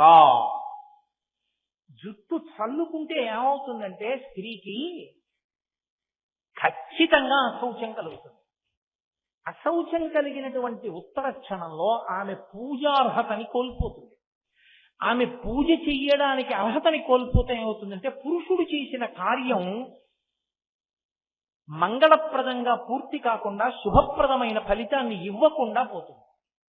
కారణం ఏమంటే నాకు ఇది ఎలా మీకు స్పష్టంగా అర్థమయ్యేటట్టు చెప్పాలి అన్న విషయంలో నేను కొంచెం తడబాటు పొందుతున్నాను. ఉండకూడని రీతిలో ఉంటే శౌచము లేదు అంటారు. శౌచము లేకపోతే పూజ చేయడానికి అర్హత ఉండదు. శౌచం ఎప్పుడు పోతుంది అంటే జుట్టు కానీ విరబోసుకుని ఉన్నారనుకోండి పోతుంది. అందుకే ఇప్పటికీ మీరు సంప్రదాయం తెలుసున్న ఇళ్లలో చూడండి, గబగబా చాలా ఏదో బాలసారి చేస్తుంటారు. బారసాల కాదు, బాలసారే. బాలసారే అంటే బాలునకు ఇస్తున్న సారే, కానుక. దాన్ని బారసాల భారసాల ఎంత భారమైనా ఎక్కించారు. అసలు దాని ఉచ్చారణ బాలసారే. బాలసారే యందు ఆ ప్రసవమైనటువంటి తల్లి ఏదో తలస్నానం చేసి వచ్చింది అనుకోండి, కానీ ఆమె తడి జుట్టుతో ఎక్కువసేపు ఉండకూడదు. కాబట్టి ఆమెకి కబరీబంధం వేయకూడదు, జటాబంధనం వేయకూడదు. కొంచెం జుట్టు విడివిడి ఉంటే ఆరిపోతుంది తొందరగా. ఇప్పుడు ఆమె పూజకి తొందరగా కూర్చోవలసి వస్తే ఏం చేస్తారంటే చిట్ట చివర ముడి వేస్తారు. చిట్ట చివర ముడి వేసి పూజకు కూర్చోమంటారు. ఎందుకని అంటే జుట్టు జల్లుకుని ఉందనుకోండి అశౌచం వచ్చేస్తుంది వెంటనే. శ్రీరామాయణంలో బాలకాండలో ఒక ఆఖ్యానం ఉంది. అందులో దితి కశ్యప ప్రజాపతిని అడిగింది ఒకప్పుడు, నాకు ఇంద్రుణ్ణి చంపేటటువంటి కొడుకు కావాలి, ఏం చేయమంటావని అడిగింది. ఆయన అన్నాడు, ఒక పని చెయ్యి, 1000 సంవత్సరముల పాటు తపస్సు చెయ్యి. తపస్సు చేస్తే నీవు ఇంద్రుణ్ణి చంపగలిగిన కొడుకుని కంటావు. ఆవిడ తపస్సు మొదలెట్టింది. చిత్రం ఏమిటంటే దితి అదితి కశ్యప ప్రజాపతి భార్యలు. అదితి కొడుకు ఇంద్రుడు, కాబట్టి దితికి కూడా కొడుకు వరకే అవుతాడు. ఈయన ఆవిడికి సపర్యలు చేస్తున్నాడు. ఆవిడ సపర్యలు చేయించుకుంటూ ఆయన్ని చంపే కొడుకు కోసమే తపస్సు చేస్తోంది. 990 సంవత్సరాలు అయిపోయాయి. ఒక రోజు ఆవిడ ఇంద్రుణ్ణి పిలిచింది. గర్భం కూడా పెరుగుతోంది లోపల, మరి కొడుకు పుట్టాలిగా. 1000 సంవత్సరముల గర్భం అది. బయట తపస్సు, లోపల బిడ్డ పెరుగుతున్నారు. 10 ఏళ్లే మిగిలిందయా ఇంద్ర, తొందరలో తమ్ముణ్ణి చూడబోతున్నావు, నీకు జయమగుగా అని ఆవిడ మధ్యాహ్నం వేళ పాపం 990 సంవత్సరముల గర్భాన్ని ధరించింది. తపస్సు చేత క్లేశాన్ని పొందింది.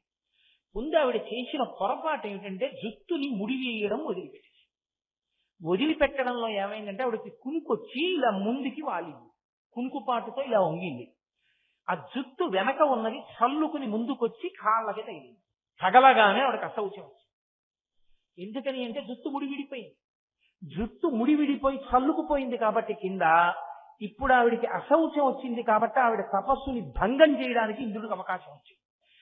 ఆవిడ ముడి వేసుకునే లోపల ఇంద్రుడు సూక్ష్మ శరీరంతో లోపలికి వెళ్ళిపోయి వజ్రాయుధం పట్టుకుని లోపల ఉన్న పిండానికి కనపడ్డాడు. వాళ్ళు ఏడిచింది ఆ పిండం. మారుదో మారుదస్యేతి గర్భం శక్రోప్యభాషత. అయ్యో మమ్మల్ని చంపేకు చంపేకు అని ఏడిచింది లోపల ఉన్న పిండం. ఆయన అంత ఏడుస్తున్నా ఊరుకోకుండా తన వజ్రాయుధాన్ని పెట్టి ముక్కలు కింద నరికేశాడు. పిండాన్ని నరికి పైకొచ్చేసాడు.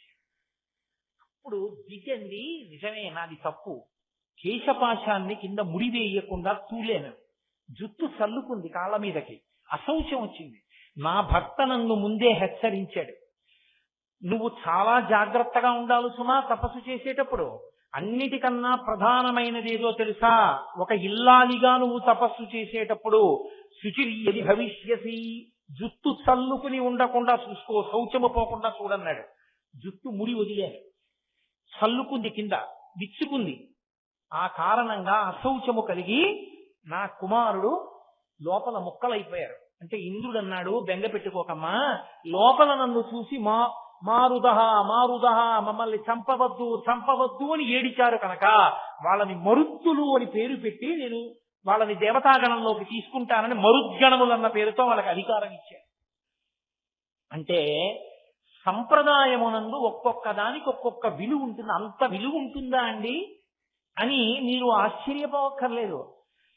ఆయన ఎంఎస్ సర్జన్, ఆయన గుండె కోసేసి ఆపరేషన్ చేసేయగలడు. ఓ గోరు చుట్టూ ఆపరేషన్ చేయడానికి వచ్చాడు. అయినా ఆయన వేసుకున్నటువంటి బట్టలు తీసి అక్కడ పెట్టేసి, పర్స్ తీసేసి అక్కడ పెట్టేసి, ఒక టోపీ ఒకటి ఆకుపచ్చడి పెట్టుకుని, తన చేతులు శుభ్రంగా కడుక్కుని గ్లోవ్స్ వేసుకుని, అప్పుడైనా కత్తి పట్టుకుని గోరు చుట్టూ కోస్తున్నాడు. అలవోకగా గోరు చుట్టూ కొయ్యగలిగిన డాక్టరు ఎందుకన్ని జాగ్రత్తలు తీసుకుని కోస్తున్నాడు అంటే, ఒక పని చేసే ముందు ఒకలా ఉంటే తప్పది సిద్ధించదు, లేకపోతే దోషం వస్తుంది ఖచ్చితంగా. ఎట్నుంచో బ్యాక్టీరియా ప్రవేశిస్తుంది. ఒక పుండు కోసే డాక్టర్ సరిగా ఉండకపోతేనే బ్యాక్టీరియా ప్రవేశిస్తే ఈశ్వర శాసనాన్ని అతిక్రమిస్తే అశౌచం వస్తుందని మీరు ఎందుకు నమ్మలేరు. కాబట్టి భర్త యొక్క మంగళత్వమునకు గుర్తేది అంటే భార్య వేసుకున్న కబరీ బంధమే. జటన్నా వేసుకోవాలి, ముడన్నా వేసుకోవాలి. అలా ముడి వేసుకుంటే అది మంగళ దర్శనం అని గుర్తు.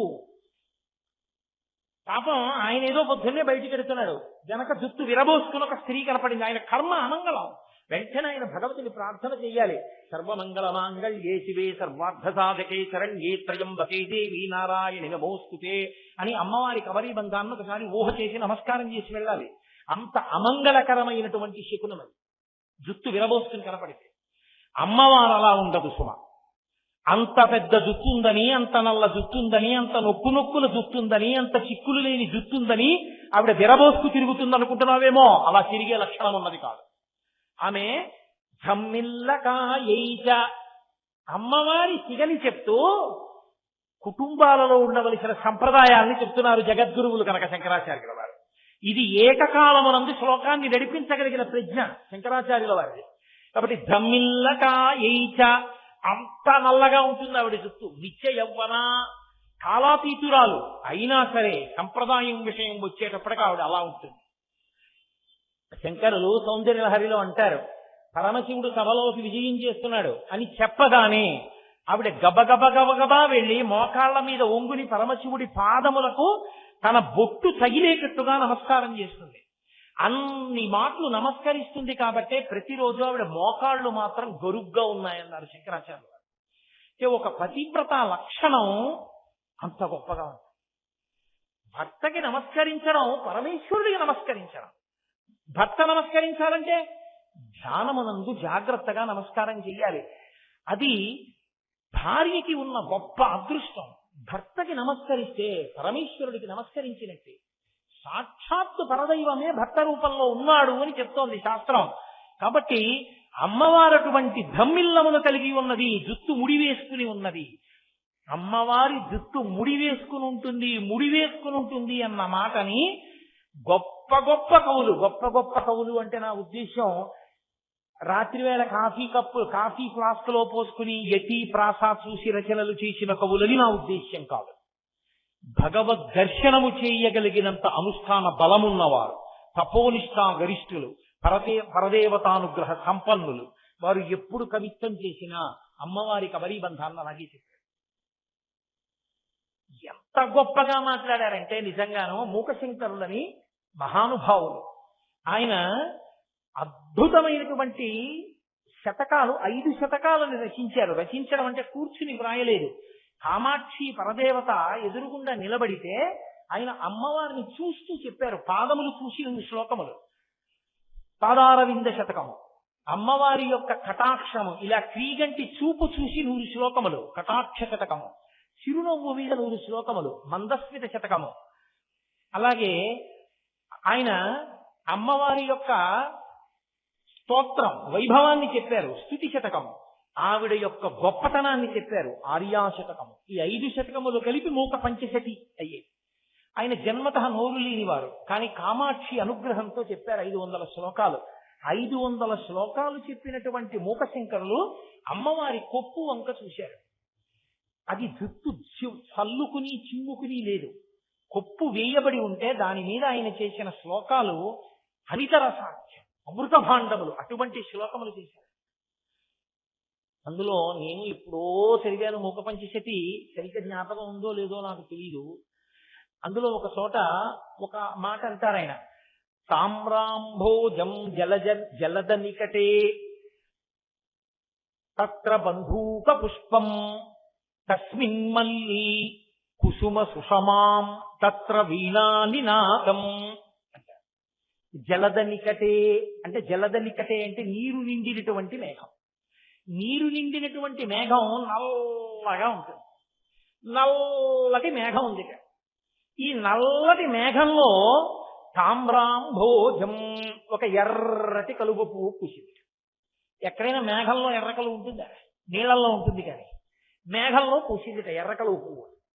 పోనీ ఆ ఎర్ర కలువ పువ్వు మేఘంలో పూసి ఊరుకుందా? తత్ర బంధూక పుష్పం, ఆ ఎర్ర కలువ పువ్వులో ఒక ఎర్రటి మంకెన పువ్వు ఉందిట. మంకెన పువ్వు ఎర్రగా తప్ప ఇంకోలా ఉండదు. కాబట్టి అందులో ఇంకా ఎర్రగా ఉన్నది. ఎందుకంటే ఎర్ర కలువకు ఒక లక్షణం ఉంటుంది, మీరు బాగా లోపలికి చూస్తే మొదళ్ళు తెల్లగా ఉంటాయి. బంధూక పుష్పం మంకెన పువ్వు అలా కాదు, పూర్తి ఎర్రగా ఉంటుంది. ఎర్రగా ఉన్నటువంటి ఒక మంకెన పువ్వు ఈ కలవ పువ్వులో ఉంది. అది ఎక్కడైనా సాధ్యం అవుతుందా? మళ్ళీ పోనీ అక్కడతో ఊరుకున్నారా? ఊరుకోలేదు. తస్మిన్ మళ్ళీ కుసుమ సుషమాం, మళ్ళీ ఈ ఎర్ర కలువలో ఉన్నటువంటి మంకెన పువ్వులో ఒక తెల్లటి మల్లె పువ్వు ఉంది. ఇవి మేఘంలో. అసలు అలా ఎలా ఉంటాయి? పువ్వులో పువ్వు ఉంటుందా లోకంలో ఎక్కడైనా?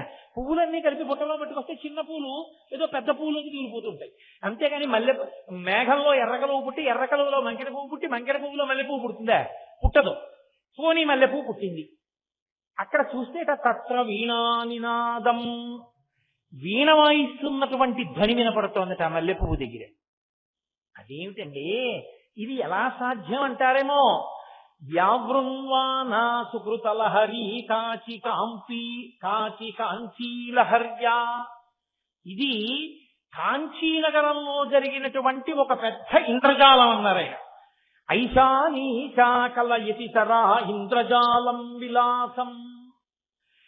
ఐశానీశ అంటే ఈశానుని యొక్క భార్య అయినటువంటి కామాక్షీదేవి యొక్క ఇంద్రజాల విద్య అలా కనపడుతోంది అన్నారు. ఇంద్రజాలంలో ఉన్నది ఉన్నట్టు లేనిది ఉన్నట్టు కనపడుతుంటుంది కదా, ఉన్నది లేనట్టు లేనిది ఉన్నట్టు. అమ్మవారు చేసిన ఇంద్రజాలం అన్నారు. ఏమిటి ఆ ఇంద్రజాలం అంటే తామ్రాంభోజం జలద నికటే తత్ర బంధూక పుష్పం. మేఘంలో ఎర్రకలువ ఉండదు, నల్ల జలద నికటే, నీరు నిండిన మేఘం నల్లగా ఉంటుంది. ఏమిటి ఆ నల్లటి మేఘం అంటే అమ్మవారి కొప్పు. నల్లటి అమ్మవారి కొప్పు దగ్గర తామ్రాంభోజం ఎర్రటి కలువ అమ్మవారి ముఖం. తత్ర బంధూక పుష్పం, మళ్ళీ ఎర్రటి కలువ పువ్వులో ఇంకా ఎర్రని మంకెన పువ్వు ఉంది అమ్మవారి యొక్క అధరం, కింది పెదివి. అక్కడ తస్మిన్ మల్లి కుసుమ సుసమాం, అక్కడ మల్లె పువ్వులు ఉన్నాయి. ఓ మల్లె పువ్వు ఉంది అంటే విచ్చుకోకుండా నవ్వింది ఆవిడ. మల్లె పువ్వు లాంటి పళ్ళు కనపడ్డాయి. తత్ర వీణానినాదం, ఆవిడ నోరు విప్పి మాట్లాడితే వీణ మోగినట్టు ఉంటుంది ఆ కంఠం. అటువంటి కంఠధ్వని వీణానాదం వినపడుతోంది. అంటే అమ్మవారి ముఖమండలాన్ని కొప్పుని వర్ణించడానికి మూకశంకరుడు ఒక పెద్ద పొడుపు కథ ఇచ్చినంత గొప్ప శ్లోకాన్ని ఇచ్చారు. స్థితి శతకం అనుకుంటాను నాకు జ్ఞాపకం ఉన్నంత వరకు. కాబట్టి ఆయన కూడా జలదనికటే, నల్లమబ్బుతో పోల్చారు అమ్మవారి యొక్క కబరీ బంధాన్ని. అంత నల్లని జుట్టు కలిగిన అమ్మ, అటువంటి కొప్పు వేసుకునేటటువంటి లక్షణం ఉన్న అమ్మ అంటే ఇంటి ఇల్లాలటువంటిది కనుక ఇంట్లో ఉన్నటువంటి యజమానికి అంత వైభవం కలిగింది. ఇంటి ఇల్లాలు ఎంత శౌచంతో, ఎంత మంగళప్రదమైనటువంటి రూపంతో ఉంటుందో, ఎంత చక్కగా ఇంట్లో మెసలుతుందో దాన్ని బట్టి భర్త యొక్క ఐశ్వర్యము నిర్ణయింపబడుతుంది. కాబట్టి ఆ తల్లి అంత అందంగా సంప్రదాయాన్ని పాటించింది. ధమ్మిల్లకాయైచ జటాధరాయ, ఆయన ఈవిడిది చెప్పారు కొప్పేసుకుని ఉంది అమ్మవారు. అయ్యవారు జటాధరాయ, జట అన్న మాటకు అర్థం ఏంటో తెలుసా అండి? ఆయన వేసుకోలేదు, మగవాడు జడలేసుకోరుగా. మగవాడు ఇలా అల్లుకుని జడలేసుకుని పూలెట్టుకుని అవన్నీ చేయరు. కానీ ఆయనకి జటలు కట్టింది. జటలు ఎప్పుడు కడుతుంది? 2 కారణముల చేత కడుతుంది. ఒకటి, కేశ సంస్కారము చేసుకోకపోతే, అంటే తల దూకోవడం ఇలాంటి పనులు చేయకపోతే, ఏదో తైలం అలదనం, అభ్యంగన స్నానం చేయడం ఇలాంటి పనులు లేకపోతే జటలు కడుతుంది. 2, అందుకే పుట్టు జుత్తులు ఇచ్చే వరకు పిల్లల జుత్తు చిన్ని జటలు కట్టేస్తారు. ఏమండి పిల్లాడి జుత్తు జటలు కట్టేస్తోంది, తొందరగా 7 కొండల వాడి దగ్గరికి వెళ్ళొచ్చేద్దాం అంటుంటారు. జటలు కడుతుంది. అది తడి తగిలినా కూడా జట కట్టేస్తుంది. ముద్దల కింద జట కడుతుంది. పరమశివుని యొక్క జుత్తు కబరీ బంధంలా చక్కగా దూకుని నూనె రాసుకుని చక్కగా ఏదో పెద్ద కొప్పు లబుడేసుకుని ఆయన లేడు, ఆవిడ ఉంది. పైకి మీరు శ్లోకం చూశారనుకోండి, ఆవిడ చక్కగా ఉంటుంది, ఆయనకే సరిగ్గా చక్కగా జుట్టు ముడేసుకోవడం అది రాదనిపిస్తుంది. కానీ ఆయన అందం అంతా ఎక్కడుందో తెలుసా?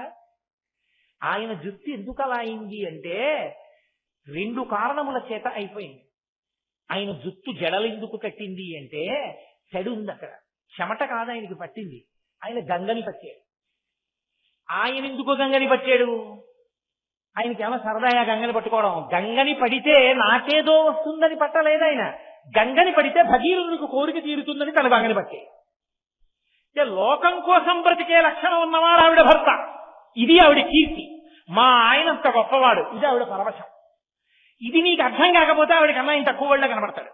మగవాడికి ఉండవలసిన లక్షణం ఏమిటంటే లోకం కోసం బతకాలి. మగవాడికి ఉండవలసిన లక్షణం ఏమిటంటే కీర్తి చేత బతకాలి. మగవాడికి ఉండవలసిన లక్షణం ఏమిటంటే త్యాగము చేత, కీర్తి చేత విరాజితుడు కావాలి. అబ్బా, ఆయన అండి మహానుభావుడు అని నమస్కరించాలి. ఆయన ఇల్లాలండి అని కాళ్ళకి నమస్కారం చేయాలి. ఆయన ఇల్లాలండి అని బ్రహ్మరథం పట్టాలి. ఆ కీర్తి త్యాగలిగిన నడబడి పురుషుడికి ఉండాలి. అదిగో లోకం కోసం గంగని పట్టినవాడు ఆయన. భగీరథుడి కోసం గంగని పట్టాడు, భగీరథుడి కోసం గంగని విడిచాడు. కానీ ఆయన గంగని విడిచిపెడితే అందరూ వెళ్ళి గబగబా అందులో స్నానం చేస్తున్నారు. ఎందుకని? భవాంగపతితంతో యం పవిత్రమితి స్పృశు, పరమశివుని యొక్క శరీరమునకు తాకింది కాబట్టి గంగకంత పవిత్రత వచ్చింది. అప్పుడెప్పుడో గంగని పట్టినందుకు ఇప్పటికీ ఆ గంగలో స్నానం చేసిన వాళ్ళందరికీ పాపాలు పోతున్నాయి. గంగ పాపహారిణి కాగలిగింది అంటే పరమశివుని యొక్క జటాజూటమునకు తగిలింది కాబట్టి. ఆయనకే వచ్చింది జుట్టు జటలు కట్టినా అది ఆయన ప్రజల కొరకు చేసిన త్యాగమునకు గుర్తు. ఆయన నీలకంఠుడై తెల్లని కంఠ నల్లబడినా ప్రజల కోసం త్యాగమే. హాలాహల భక్షణం చేసి నల్ల మచ్చ మిగుల్చుకున్నాడు.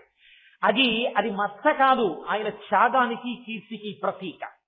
ఆయన జటలు కేశ సంస్కారం పట్టించుకోనటువంటి సరైన నడవడి తెలియని వాడైన కారణం చేత కాదు, భగీరథుడి కొరకు లోకం కొరకు గంగని పట్టడం వల్ల జటలు కట్టినటువంటి జటలు ఉన్నవాడు కాదు.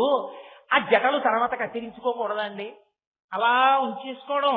మరి అందరూ ఆ జటలు చూసి పాపంగా గంగని పట్టాడండి, జటలు కట్టే అందానికి కదా అప్పుడు కీర్తి కాదా, మరి తర్వాత ఎందుకు కత్తిరించుకోవాలా అంటే ఇప్పుడు కత్తిరించుకున్నా మళ్ళీ జటలే అవుతాయి ఆయనకి. కారణం ఏమిటో తెలుసా? ఆయన బహిర్ముఖుడు వాడు, అది ఆయన గొప్పతనం. ఆమె బహిర్ముఖురాలై తిరుగుతూ ఉంటుంది, అందుకే ఆవిడ కొప్పేసుకుంటుంది, ముందు స్నానం చేసేస్తుంది. అన్నీ ఆవిడ ఎందుకు చేసిందంటే ఆయన కూర్చుని ధ్యానం చేసుకుంటాడని. ఆయన కూడా అదే పనిగా ఆవిడ అన్ని అక్కడ పెట్టినా ఈయన పేపర్ చదువుకుంటూ అక్కడికి వెళ్ళి కూడా పేపర్ గురించి మాట్లాడుతూ పూజా మందిరంలో కూడా సెల్ ఫోన్ మాట్లాడుకునేవాడికి భార్య అగతాట్లు కూడా అన్ని సిద్ధం చేయడం ఎందుకు? అదో కష్టం తప్ప. ఇన్ని ఎందుకు పెట్టింది ఆవిడంటే అక్కడికి వెళ్ళి ధ్యానం చేస్తూ ధ్యానంలో తాను రమించిపోతూ ఉండిపోతాడని. అలా ఒక్క పావుగంట భర్త కూర్చున్నాడు అనుకోండి, ఆవిడ ఎంతో సంతోషిస్తుంది. చక్కగా మా ఆయన పొద్దున్నే కూర్చుని ఓ పావుగంట ధ్యానం చేసుకుని బయటికి వస్తారు అని. ఇలా వెళ్ళి అలా వచ్చేసారు అనుకోండి, ఏమన్నా అప్పుడే అయిపోయిందా అని అనుకోండి, అబ్బో ఇప్పటికే ఎక్కువ అన్నాడు అనుకోండి, ఆవిడకి బాధగా ఉంటుంది కదా. అలా 10 నిమిషాలు భర్త కూర్చుంటేనే సంతోషమైతే ఆయన చేసేటటువంటి ధ్యానం ఎలా ఉంటుందంటే, ఆయన ఎవరి కొరకు ధ్యానం చేయాలి? ఆయన ధ్యానం చేయడానికి ఇంకొకడు లేడు. ఆయన తనలో తాను రమిస్తూ ఉంటాడు, ఆత్మగా రమిస్తూ ఉంటాడు. ఆ రమించడంలో అలా ఉండిపోయి ఉంటాడు ఎప్పుడు.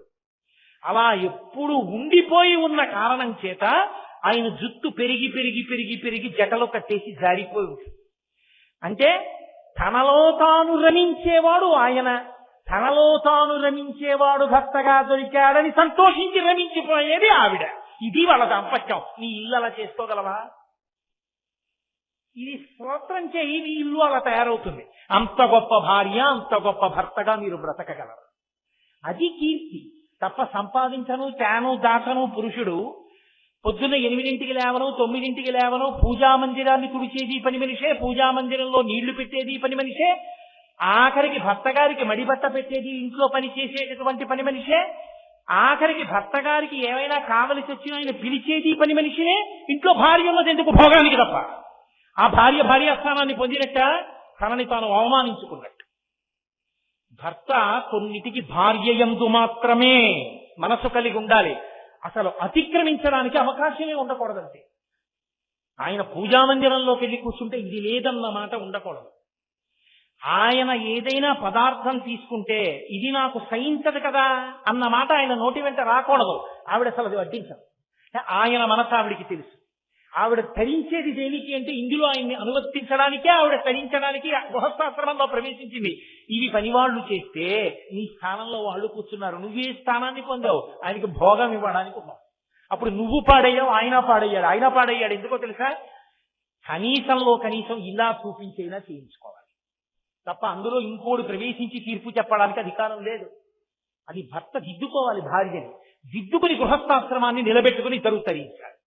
కాబట్టి బ్రహ్మిల్లక ఏక జటాధరాయ, అంత గొప్పవాడు ఆయన, అంత గొప్పది నా తల్లి. ఎంత గొప్పవాళ్ళమ్మా మీ ఇద్దరు, ఎటువంటి దాంపత్యం అమ్మా, ఎటువంటి అర్ధనారీశ్వర స్వరూపం అమ్మా. కాబట్టి నమశివాయ వీళ్ళున్నారే, వీళ్ళు ఆయనకి మానాన ఆయన తరించి, ఆవిడ మానాన ఆవిడ తరించడం, అది కాదు వాళ్ళ లక్షణం. ఆయన ఆవిడ అలా నడవవలసిన అవసరం లేకపోయినా ఎవరి కొరకు నడిచి చూపించారంటే మనం అలా నడవాలని నేర్పడానికి నడిచి చూపించారు. కాబట్టి అమ్మా మీ ఇద్దరిని ఎవరు తలుచుకుంటున్నారో, ఎవరు చూస్తున్నారో, ఎవరు నమస్కరిస్తున్నారో వారికి మంగళం తప్ప ఇంకొకటి ఎందుకు కలుగుతుంది? మంగళమే కలుగుతుంది.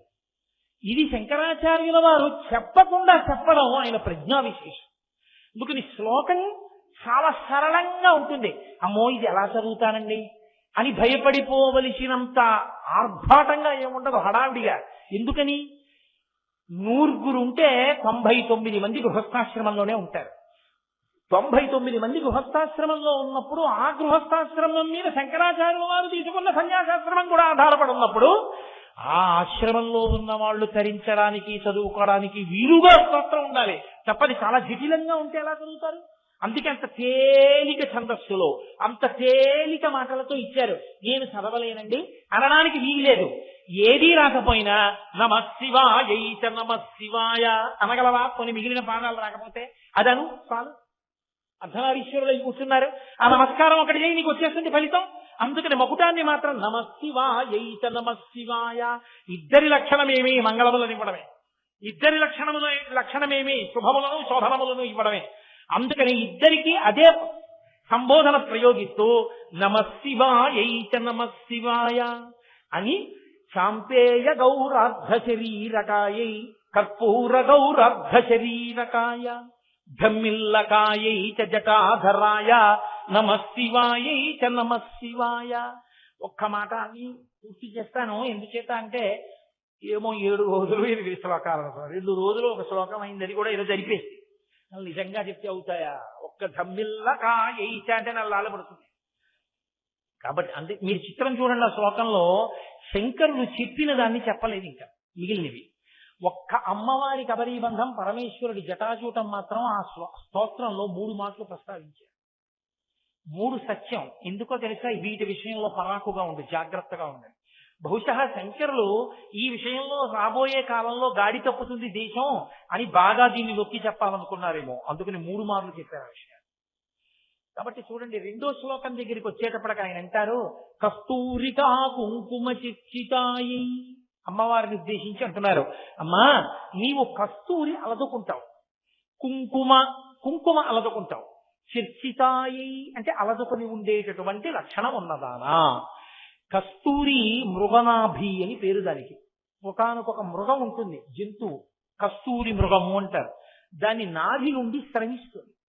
అది విశేషమైనటువంటి సువాసనతో కూడుకున్నదై ఆ కస్తూరి అలంకారం చేసుకున్నటువంటి కారణం చేత అది దేనికి ఉద్దేశింపబడినదో తత్ఫలితాన్ని సాధించి పెట్టగలిగిన లక్షణం ఉంటుంది. లోకంలో ఒక విచిత్రమైన పోకడు ఉంటుంది. మనుష్యుడొక్కడే అన్నిటి నుంచి వచ్చినటువంటి గొప్ప గొప్ప వాటిని అనుభవించగలిగి ఉంటాడు. సముద్రంలో చేప ఉందనుకోండి, భూమి మీదకి ఎప్పుడు రాదు, సముద్రంలోనే పడి ఉంటుంది. అలా ఆ చేపని ఇంకో చేప తింటుంది, అంతే అలా ఉంటుంది. సముద్రంలో చేప నేల మీదకి వచ్చి నడవదు.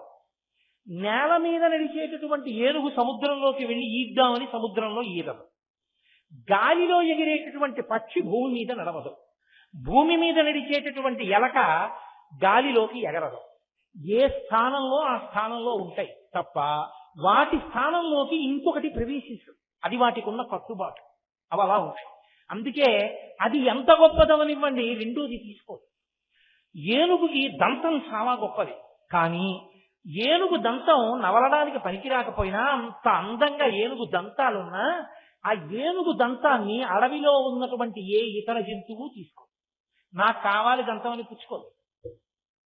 దంతం కోసం ఏనుగుని ఇతర మృగాలు చంపవు. అలాగే మీకు జింక ఉంటుంది. జింక చాలా అందమైనటువంటి జంతువు. దాని చర్మానికి ఒక ప్రత్యేకమైన లక్షణం ఉంది. ధ్యానంలో చాలా తీవ్రమైన నిష్ట కల్పించగలిగిన శక్తి జింక చర్మమునకు ఉంటుంది. కానీ ఆ చర్మాన్ని ఏ జంతువు ఉపయోగించుకోదు, మాంసాన్ని తిని వదిలిపెట్టేస్తుంది. మనుష్యుడు మాత్రం మీరు చూడండి, సముద్రంలోకి వెళ్ళి ఓడలో వెళ్ళిపోతాడు, విమానం ఎక్కి పక్షిలా గాలిలో వెళ్ళిపోతాడు, భూమి మీద నడవవలసిన దాన్ని నడవలేకపోతే కారెక్కి వేగంగా వెళ్ళిపోతాడు. ఏనుగు దంతం ఊచేస్తాడు, జింక చర్మం ఊచేస్తాడు, ఆఖరికి సముద్రంలో ఉన్న చేపని తీసుకొస్తాడు, ఎక్కడో ఉండవలసిన పావుని తీసుకొచ్చి అద్దాల్లో బిగించి చూసి ఆనందిస్తాడు. తనకి సంబంధించిన వైభవాన్ని తాను అనుభవించడం కూడా చేత కానటువంటి జీవరాశిలో ఉన్న వివిధ జాతులలో ఉన్న సమస్త సౌందర్యాల్ని తెచ్చి అనుభవించే లక్షణం ఉన్నవాడు మనిషి ఒక్కడే. ఇది ఈ లక్షణం ఉంది కాబట్టే మనం ఏం చేస్తామంటే అక్కర్లేనివన్నీ తెచ్చి అనుభవిస్తూ ఉంటాం. ఏది అవసరమో అది తెచ్చుకుని ఇంట్లో పెట్టుకోడు, ఏది తరింప చేస్తుందో అది తెచ్చుకోడు, ఏది అక్కర్లేదో అది మాత్రం తెచ్చుకుని భోగస్థానం కింద వాడుకోవడం మొదలు పెడతాడు. ఏనుగుదంతం తీసుకొచ్చి ఏనుగుదంతంతో బొమ్మలు చేయించి ఇంట్లో పెట్టుకుంటే వచ్చే ఉపయోగం ఏముండదు. ఓ ఓడ బొమ్మో, లేకపోతే 2 నావికులు బొమ్మలో, లేకపోతే 2 కుక్క బొమ్మలో చేయించి నువ్వు ఇంట్లో పెట్టావు ఏనుగుదంతంతో. ఏమిటి ప్రయోజనం అంటే ఏనుగుదంతంతో పరమేశ్వరుడు యొక్క మూర్తిని చెక్కించావు. ఆ తెల్లతనం దానిలో నిబిడీకృతమై ఉంది కాబట్టి ఇప్పుడు నువ్వు దాన్ని సద్వినియోగం చేశావు అనడానికి అర్హత ఉంది. సృష్టిలో పరమేశ్వరుడు ఇంత గొప్ప గొప్ప వాటిని ఎందుకు ఉంచాడంటే యథార్థమునకు ఇవన్నీ మనుష్యులు ఉపయోగించుకోవడానికి.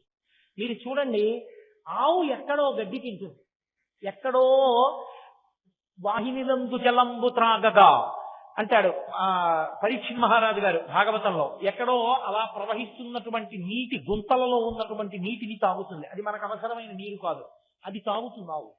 మనకి పనికిరాని గడ్డి తాను తింటుంది. వాచివీన గడ్డి తిని వాహినులందు జలంబు తాగగా నీ చరణంబులెవ్వడిని దళితంబుగా చేసి వాడు తా కీచరుడైనా అంటారు.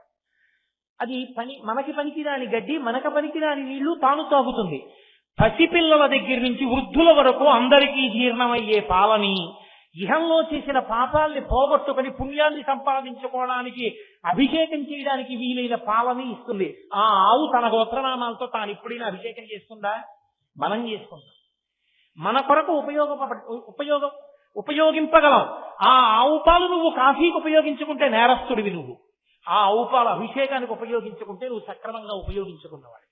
వస్తువు ఉండడం కాదు, వస్తువు ఎందుకుందో దాన్ని ఎందుకు ఉపయోగించుకోవాలో నీకు తెలిసి ఉండాలి. అలా ఉన్ననాడే నీ ఆశ్రమం సిద్ధిస్తుంది. ఏ ఆశ్రమంలో ఉన్నవాడు ఆ ఆశ్రమంలో ఉన్నదాన్ని వాడాలి, లేకపోతే దానికి అర్థం ఉండదు. బ్రహ్మచారి కాటుక పెట్టుకోకూడదు, గృహస్థు కాటుక పెట్టుకోవచ్చు. కంటికి చలవ చక్కగా పెట్టుకోవచ్చు, దోషం లేదు. బ్రహ్మచారి పూలదండ మెడలో వేసుకోకూడదు, గృహస్థు మెడలో పూలదండ వేసుకోవచ్చు. బ్రహ్మచారి నగలు పెట్టుకోడు, గృహస్థు మెడలో హారం వేసుకోవచ్చు. బ్రహ్మచారి తాంబూలం వేసుకోడు, గృహస్థు తాంబూలం వేసుకోవచ్చు. ఇంటి ఇల్లాలు మధ్యాహ్నం తాంబూలం వేసుకుని తీరాలి, భర్త ఆయుర్దాయం జరుగుతుంది. వేసుకోవలసినది వేసుకోవడం మానేసి భర్త గారు తాంబూలం పూజామందిరంలో పెట్టడం, భార్య తాంబూలం వేసుకోవడం. అప్పుడు ఇంకా ఈశ్వరుడు సృష్టించినటువంటి అపూర్వమైన ఆకులలో ఒకటి నాగవల్లి దళైర్జితం ముక్తాచూర్ణే లతం జిప్తం తాంబూలం ప్రతిగృహ్యతాం అని కదా మంత్రం. నాగవల్లి అని పేరు దానికి. ఆ నాగవల్లి అనబడేటటువంటి కమలపాకుకున్న గొప్పతనం ఏంటంటే అది పువ్వు పూయదు, కాయ కాయదు. కమల పుష్పాలని మీరు ఎక్కడైనా విన్నారా? ఎక్కడ ఉండవు. అలాగే సృష్టిలో అపురూపంగా వచ్చిన వాటిలో ఒకటి మృగనాభి. మృగనాభి అంటే కస్తూరి మృగం యొక్క నాభి నుండి స్రవించేటటువంటి విశేష పరిమళం కలిగినటువంటి ఒక ద్రవ్య విశేషం. దానితో బొట్టుంచుకుంటే నువ్వు ఆ బొట్టు ఎందుకు పెట్టుకున్నావో ఆ ఫలితం కలుగు. బొట్టు ఎందుకు ఉంచుకుంటారు? స్త్రీలైతే ఒక ప్రయోజనానికి ఉంచుకుంటారు, పురుషుడైతే ఒక ప్రయోజనానికి ఉంచుకుంటాడు. నువ్వు ఎన్ని ఉపన్యాసాలు విన్నావు, ఎన్ని పుస్తకాలు చదివావు అన్నది కాదు. నీకు బొట్టు పెట్టుకోవడం రానంతసేపు నీకు అసలు సనాతన ధర్మం గురించి ఏమీ తెలియదని గుర్తు. ఎందుచేత అంటే పురుషుడు బొట్టు ఎందుకు పెట్టుకోవాలి అంటే నేను పునర్జన్మ సిద్ధాంతాన్ని అంగీకరించాను అని చెప్పినట్టు. పునర్జన్మ సిద్ధాంతాన్ని అంగీకరించాడు అంటే ఈ శరీరం విడిచిపెట్టిన తరువాత జీవుడు ఇంకో శరీరంలో కడతాడు, ఇక్కడ చేసిన పాపపుణ్యాలు అనుభవిస్తాడు. కాబట్టి నేను ఒళ్ళు దగ్గర పెట్టుకుంటాను, వేదం ఏం చెప్పిందో అలా బతుకుతాను అని ఒప్పుకున్నాడు అని గుర్తు. అందుకని బొట్టు పెట్టుకున్నాడు. బొట్టు పెట్టుకున్నాడు అంటే మీరు దగ్గరికి తీసుకోవచ్చు. ఆయనకి పాపపుణ్య వివక్ష ఉంది, భయం ఉంది, పునర్జన్మ మీద బెదురుంది. కాబట్టి మీరు దగ్గరికి పెట్టుకోవచ్చు. బొట్టు లేదు అంటే అసలు ఆయన పునర్జన్మ సిద్ధాంతం అని అంగీకరించాడు. కాబట్టి ఇక్కడ పాపపుణ్యాలు ఏమవుతాయి? ఆయన ఇంకొకసారి అనుభవిస్తానని ఆయన ఒప్పుకోవట్లేదు. ఒప్పుకోని వాడిని దగ్గరికి తీసే ఆయన పాపాన్ని ఇంకోలా కడిగేసుకుంటానన్న వాడిని నువ్వేం చేయగలవు? కాబట్టి బొట్టు అన్నది పురుషుడికి అంత ప్రధానమై కూర్చుంది. బొట్టు దృష్టి దోషాన్ని హరిస్తుంది. పైగా బొట్టు జ్ఞాన కేంద్రం ఉంటుంది ఇక్కడే. అందుకే చూడండి, ఏదైనా ఆలోచన నిలబడలేదనుకోండి, ఏదో జ్ఞాపకం రాలేదనుకోండి, కళ్ళు మూసుకుని దృష్టిని భ్రూమధ్యమునందు కేంద్రీకరిస్తారు. ఇక్కడ ఆజ్ఞాచక్రం ఉంటుంది, మనసుకి అధిష్టానం. ఇక్కడ ఎప్పుడు ఆలోచన నిలబడుతుంది, మళ్ళీ తిరిగి జ్ఞాపకానికి తీసుకొస్తుంది. ఆ జ్ఞాపక శక్తి దృష్టి దోషం వలన విరిగిపోకుండా ఉండాలి అంటే ఆజ్ఞాచక్రము తిలకము చేత కాని కుంకుమ చేత కాని ఆచ్ఛాదింపబడి ఉండాలి. ఇన్ని ప్రయోజనములు నెరవేర్చేది ఆ మృగనాభి, ఆ కస్తూరి పెట్టుకోవాలి. అది సువాసనలు వెదజల్లుతుంటుంది. స్త్రీ ఆడవారు ఎందుకు పెట్టుకుంటారంటే సభర్తృక, భర్త జీవించి ఉన్నాడు అని గుర్తు. సువాసిని, సువాసిని ఎక్కడుందో అక్కడ కామాక్షి ఉన్నట్టు. కామాక్షి కంచిలో లేదు, ఇదిగో ఇక్కడ నా ఎదురుగుండా ఉన్న సువాసిని రూపంలోనే కామాక్షి ఉంది. సువాసిని సువాసిన్యర్చన ప్రీత, అటువంటి సువాసిని నేను పరదేవతాత అనుగ్రహాన్ని పొంది ఉన్నదానను అని చెప్పడానికి కస్తూరి తిలకాన్ని పెట్టుకుంటారు. అమ్మవారు కస్తూరి తిలకం పెట్టుకుంటారు. అందుకే కస్తూరి తిలకంచితేందు విలసత్ప్రోద్భాసి పాలస్థలీం కర్పూర ద్రవమిశ్ర చూర్ణ కపురామోదోల్ల తద్వీటికాం లోలాపంగ తరంగతైరితి కృపాసారైర్లతానందినీం శ్రీశైలస్థలవాసినీం భగవతీం శ్రీమాతరం భావయేత్. ఆవిడ కస్తూరి తిలకాంచితేందు విలసత్, ఆవిడ కస్తూరి తిలకంతో చంద్ర రేఖతోటి ఇవాళ ఆకాశంలో ఉంది. అమ్మవారి అయ్యవారి కిరీటం మీద ఉండేటటువంటి చంద్రరేఖ శుక్లపక్ష తదియ నాడు ఉండే చంద్రరేఖ. ఇప్పుడే నేను మీ పట్టణానికి కారులో వస్తూ ఆకాశంలో ఆ చంద్రరేఖను చూసి ఒక్కసారి కామాక్షి కిరీటం మీద, చంద్రమౌళీశ్వరుడి కిరీటం మీద ఉండేటటువంటి ఆ చంద్రరేఖని భావించి లోపల నమస్కారం చేసుకుని వచ్చాను. కాబట్టి ఆ చంద్రరేఖని ఇవాళ దర్శనం చేయొచ్చు. కాబట్టి ఆ తల్లి విలసత్పూర్ణి, ఆ పక్కన కిరీటం పక్కన చంద్రరేఖ ఉంటుంది, నుదుటి మీద కస్తూరి తిలకం ఉంటుంది. ఈ కస్తూరి తిలకం శోభ, ఆవిడ నుదురు కాంతి, చంద్రబింబం యొక్క కాంతి, కిరీట మణుల యొక్క కాంతి, ఆ స్వర్ణము యొక్క కాంతి, ఇన్ని కాంతులతో ఆవిడ ముఖం విరాజిల్లుతుంది. అసలే ఆవిడ కాంతి స్వరూపిణి. యాదేవీ సర్వభూతేషు కాంతి రూపేణ సంస్థిత నమస్తస్యై నమస్తస్యై నమస్తస్యై నమో నమః. ఆమెయే కాంతి రూపంలో ఉంటుంది. అటువంటి తల్లి రాశీభూతమైన కాంతి స్వరూపంగా అక్కడ కూర్చుని దాన్ని ఉద్దీపింపచేయగలిగేటటువంటి కస్తూరి బొట్టు పెట్టుకుంది. ఇక్కడ కూడా సింధూరం పెట్టుకుంటుంది ఆవిడ. బాలసూర్య బింబం ఎలా ఉంటుందో అలా ఉంటుంది అన్నారు శంకరాచార్యుల వారి సౌందర్యలహరిలో. కాబట్టి కస్తూరి తిలకం పెట్టుకుంది ఆవిడ. ఇప్పుడు ఆ కస్తూరి తిలకం పెట్టుకున్న అమ్మవారి మోము ఎలా ఉంటుంది అంటే అసలు మీరు ఇలా చూడగానే కన్ను తిప్పలేరు. ధ్యానమునందు అమ్మవారి ముఖమండలాన్ని కానీ ఎవరైనా ఒక లిప్త కాలము దర్శించగలిగితే కొన్ని గంటల సమాధిలో పెడతారు. ఎందుకు పెడతారో తెలుసండి? కారణం ఒకటే, ఇక ఆమె ముఖమండలాన్ని చూసిన తరువాత వేరొక వేపుకి మనసు తిరగదు, ఇంద్రియములు బహిర్ముఖములు కావు. అంత కాంతి, అమృతము కారిపోతుంటుంది ఆవిడ ముఖంలోంచి. అంత కారుణ్యమూర్తి నా తల్లి పరదేవత. ఆ తల్లి ముఖమే ఎర్రటి కాంతి, దానికి తోడు ఎర్రటి బొట్టు, ఇక్కడ సింధూరం, ఆ పైన బంగారు కిరీటం, ఆ పైన చంద్రరేఖ, ఇన్ని కాంతులు, పసుపు, తెలుపు, ఎరుపు, మణుల కాంతులు కలిపి కొత్త కాంతులు చిమ్ముతుంటూ, దానికి తోడు కాంతికి విషబ్బితే, కాంతికి వాసనబ్బితే వాసనలు కూడా విరజిమ్ముతుంటుంది ఆవిడ. ఎందుకని ఆ కస్తూరి మృగమదమునకున్న లక్షణం ఏమిటంటే అది సువాసనలు వెదజల్లుతుంది. అటువంటి తిలకం పెట్టుకున్న అమ్మవారి ముఖమండలం చూడగానే కళ్ళకి కలిగిన ఉపవాసం తీరిపోతుంది. ఆ సువాసనల చేత ముక్కునకు కలిగినటువంటి ఉపవాసం తీరిపోతుంది. ఇంద్రియములన్నీ వెనక్కొచ్చి ఆవిడ ముఖము నుండి స్రవించేటటువంటి ఆ కరుణారస ధారలను గ్రోలడం చేత కడుపు నిండిపోతుంది. తాను ఆ తన్మయత్వంలో అలా ఉండిపోతాడు. మహానుభావుడు శరభోజీ మహారాజు గారు వచ్చేటప్పటికీ అదిగో ఆ స్థితినే పొందాడు అభిరామ భట్టు. కాబట్టి అటువంటి ముఖమండలం కలిగిన తల్లి, అంతటి కాంతి స్వరూపిణి, ఏవి కాంతిని ఉద్దీపింపచేస్తాయో వాటిని ఆవిడ అలంకారం చేసుకుంటాయి. కాంతిని నొక్కేస్తాయి. ఏదో దీపం ఉందనుకోండి, నిప్పుల మీద మీరు బూది జల్లేశారనుకోండి, కాంతి అణగిపోతుంది. ఖచ్చితంగా దీనికి వ్యతిరేకంగా ఆలోచుకుంటాడు ఆయన బూది రాసుకుంటాడు. అంత మాత్రం చేత పనికి మాలిన వాడు కాదు. ఆయన బూది రాసుకోవడంలో గొప్పతనం ఏమిటో ఇవాళ మీకు కస్తూరిక అంతే చెప్పాను, ఇంకా అది కూడా పూర్తి చేయలేదు. కుంకుమ చర్చితాయై, దీన్ని రేపటి రోజున పూర్తి చేస్తాను.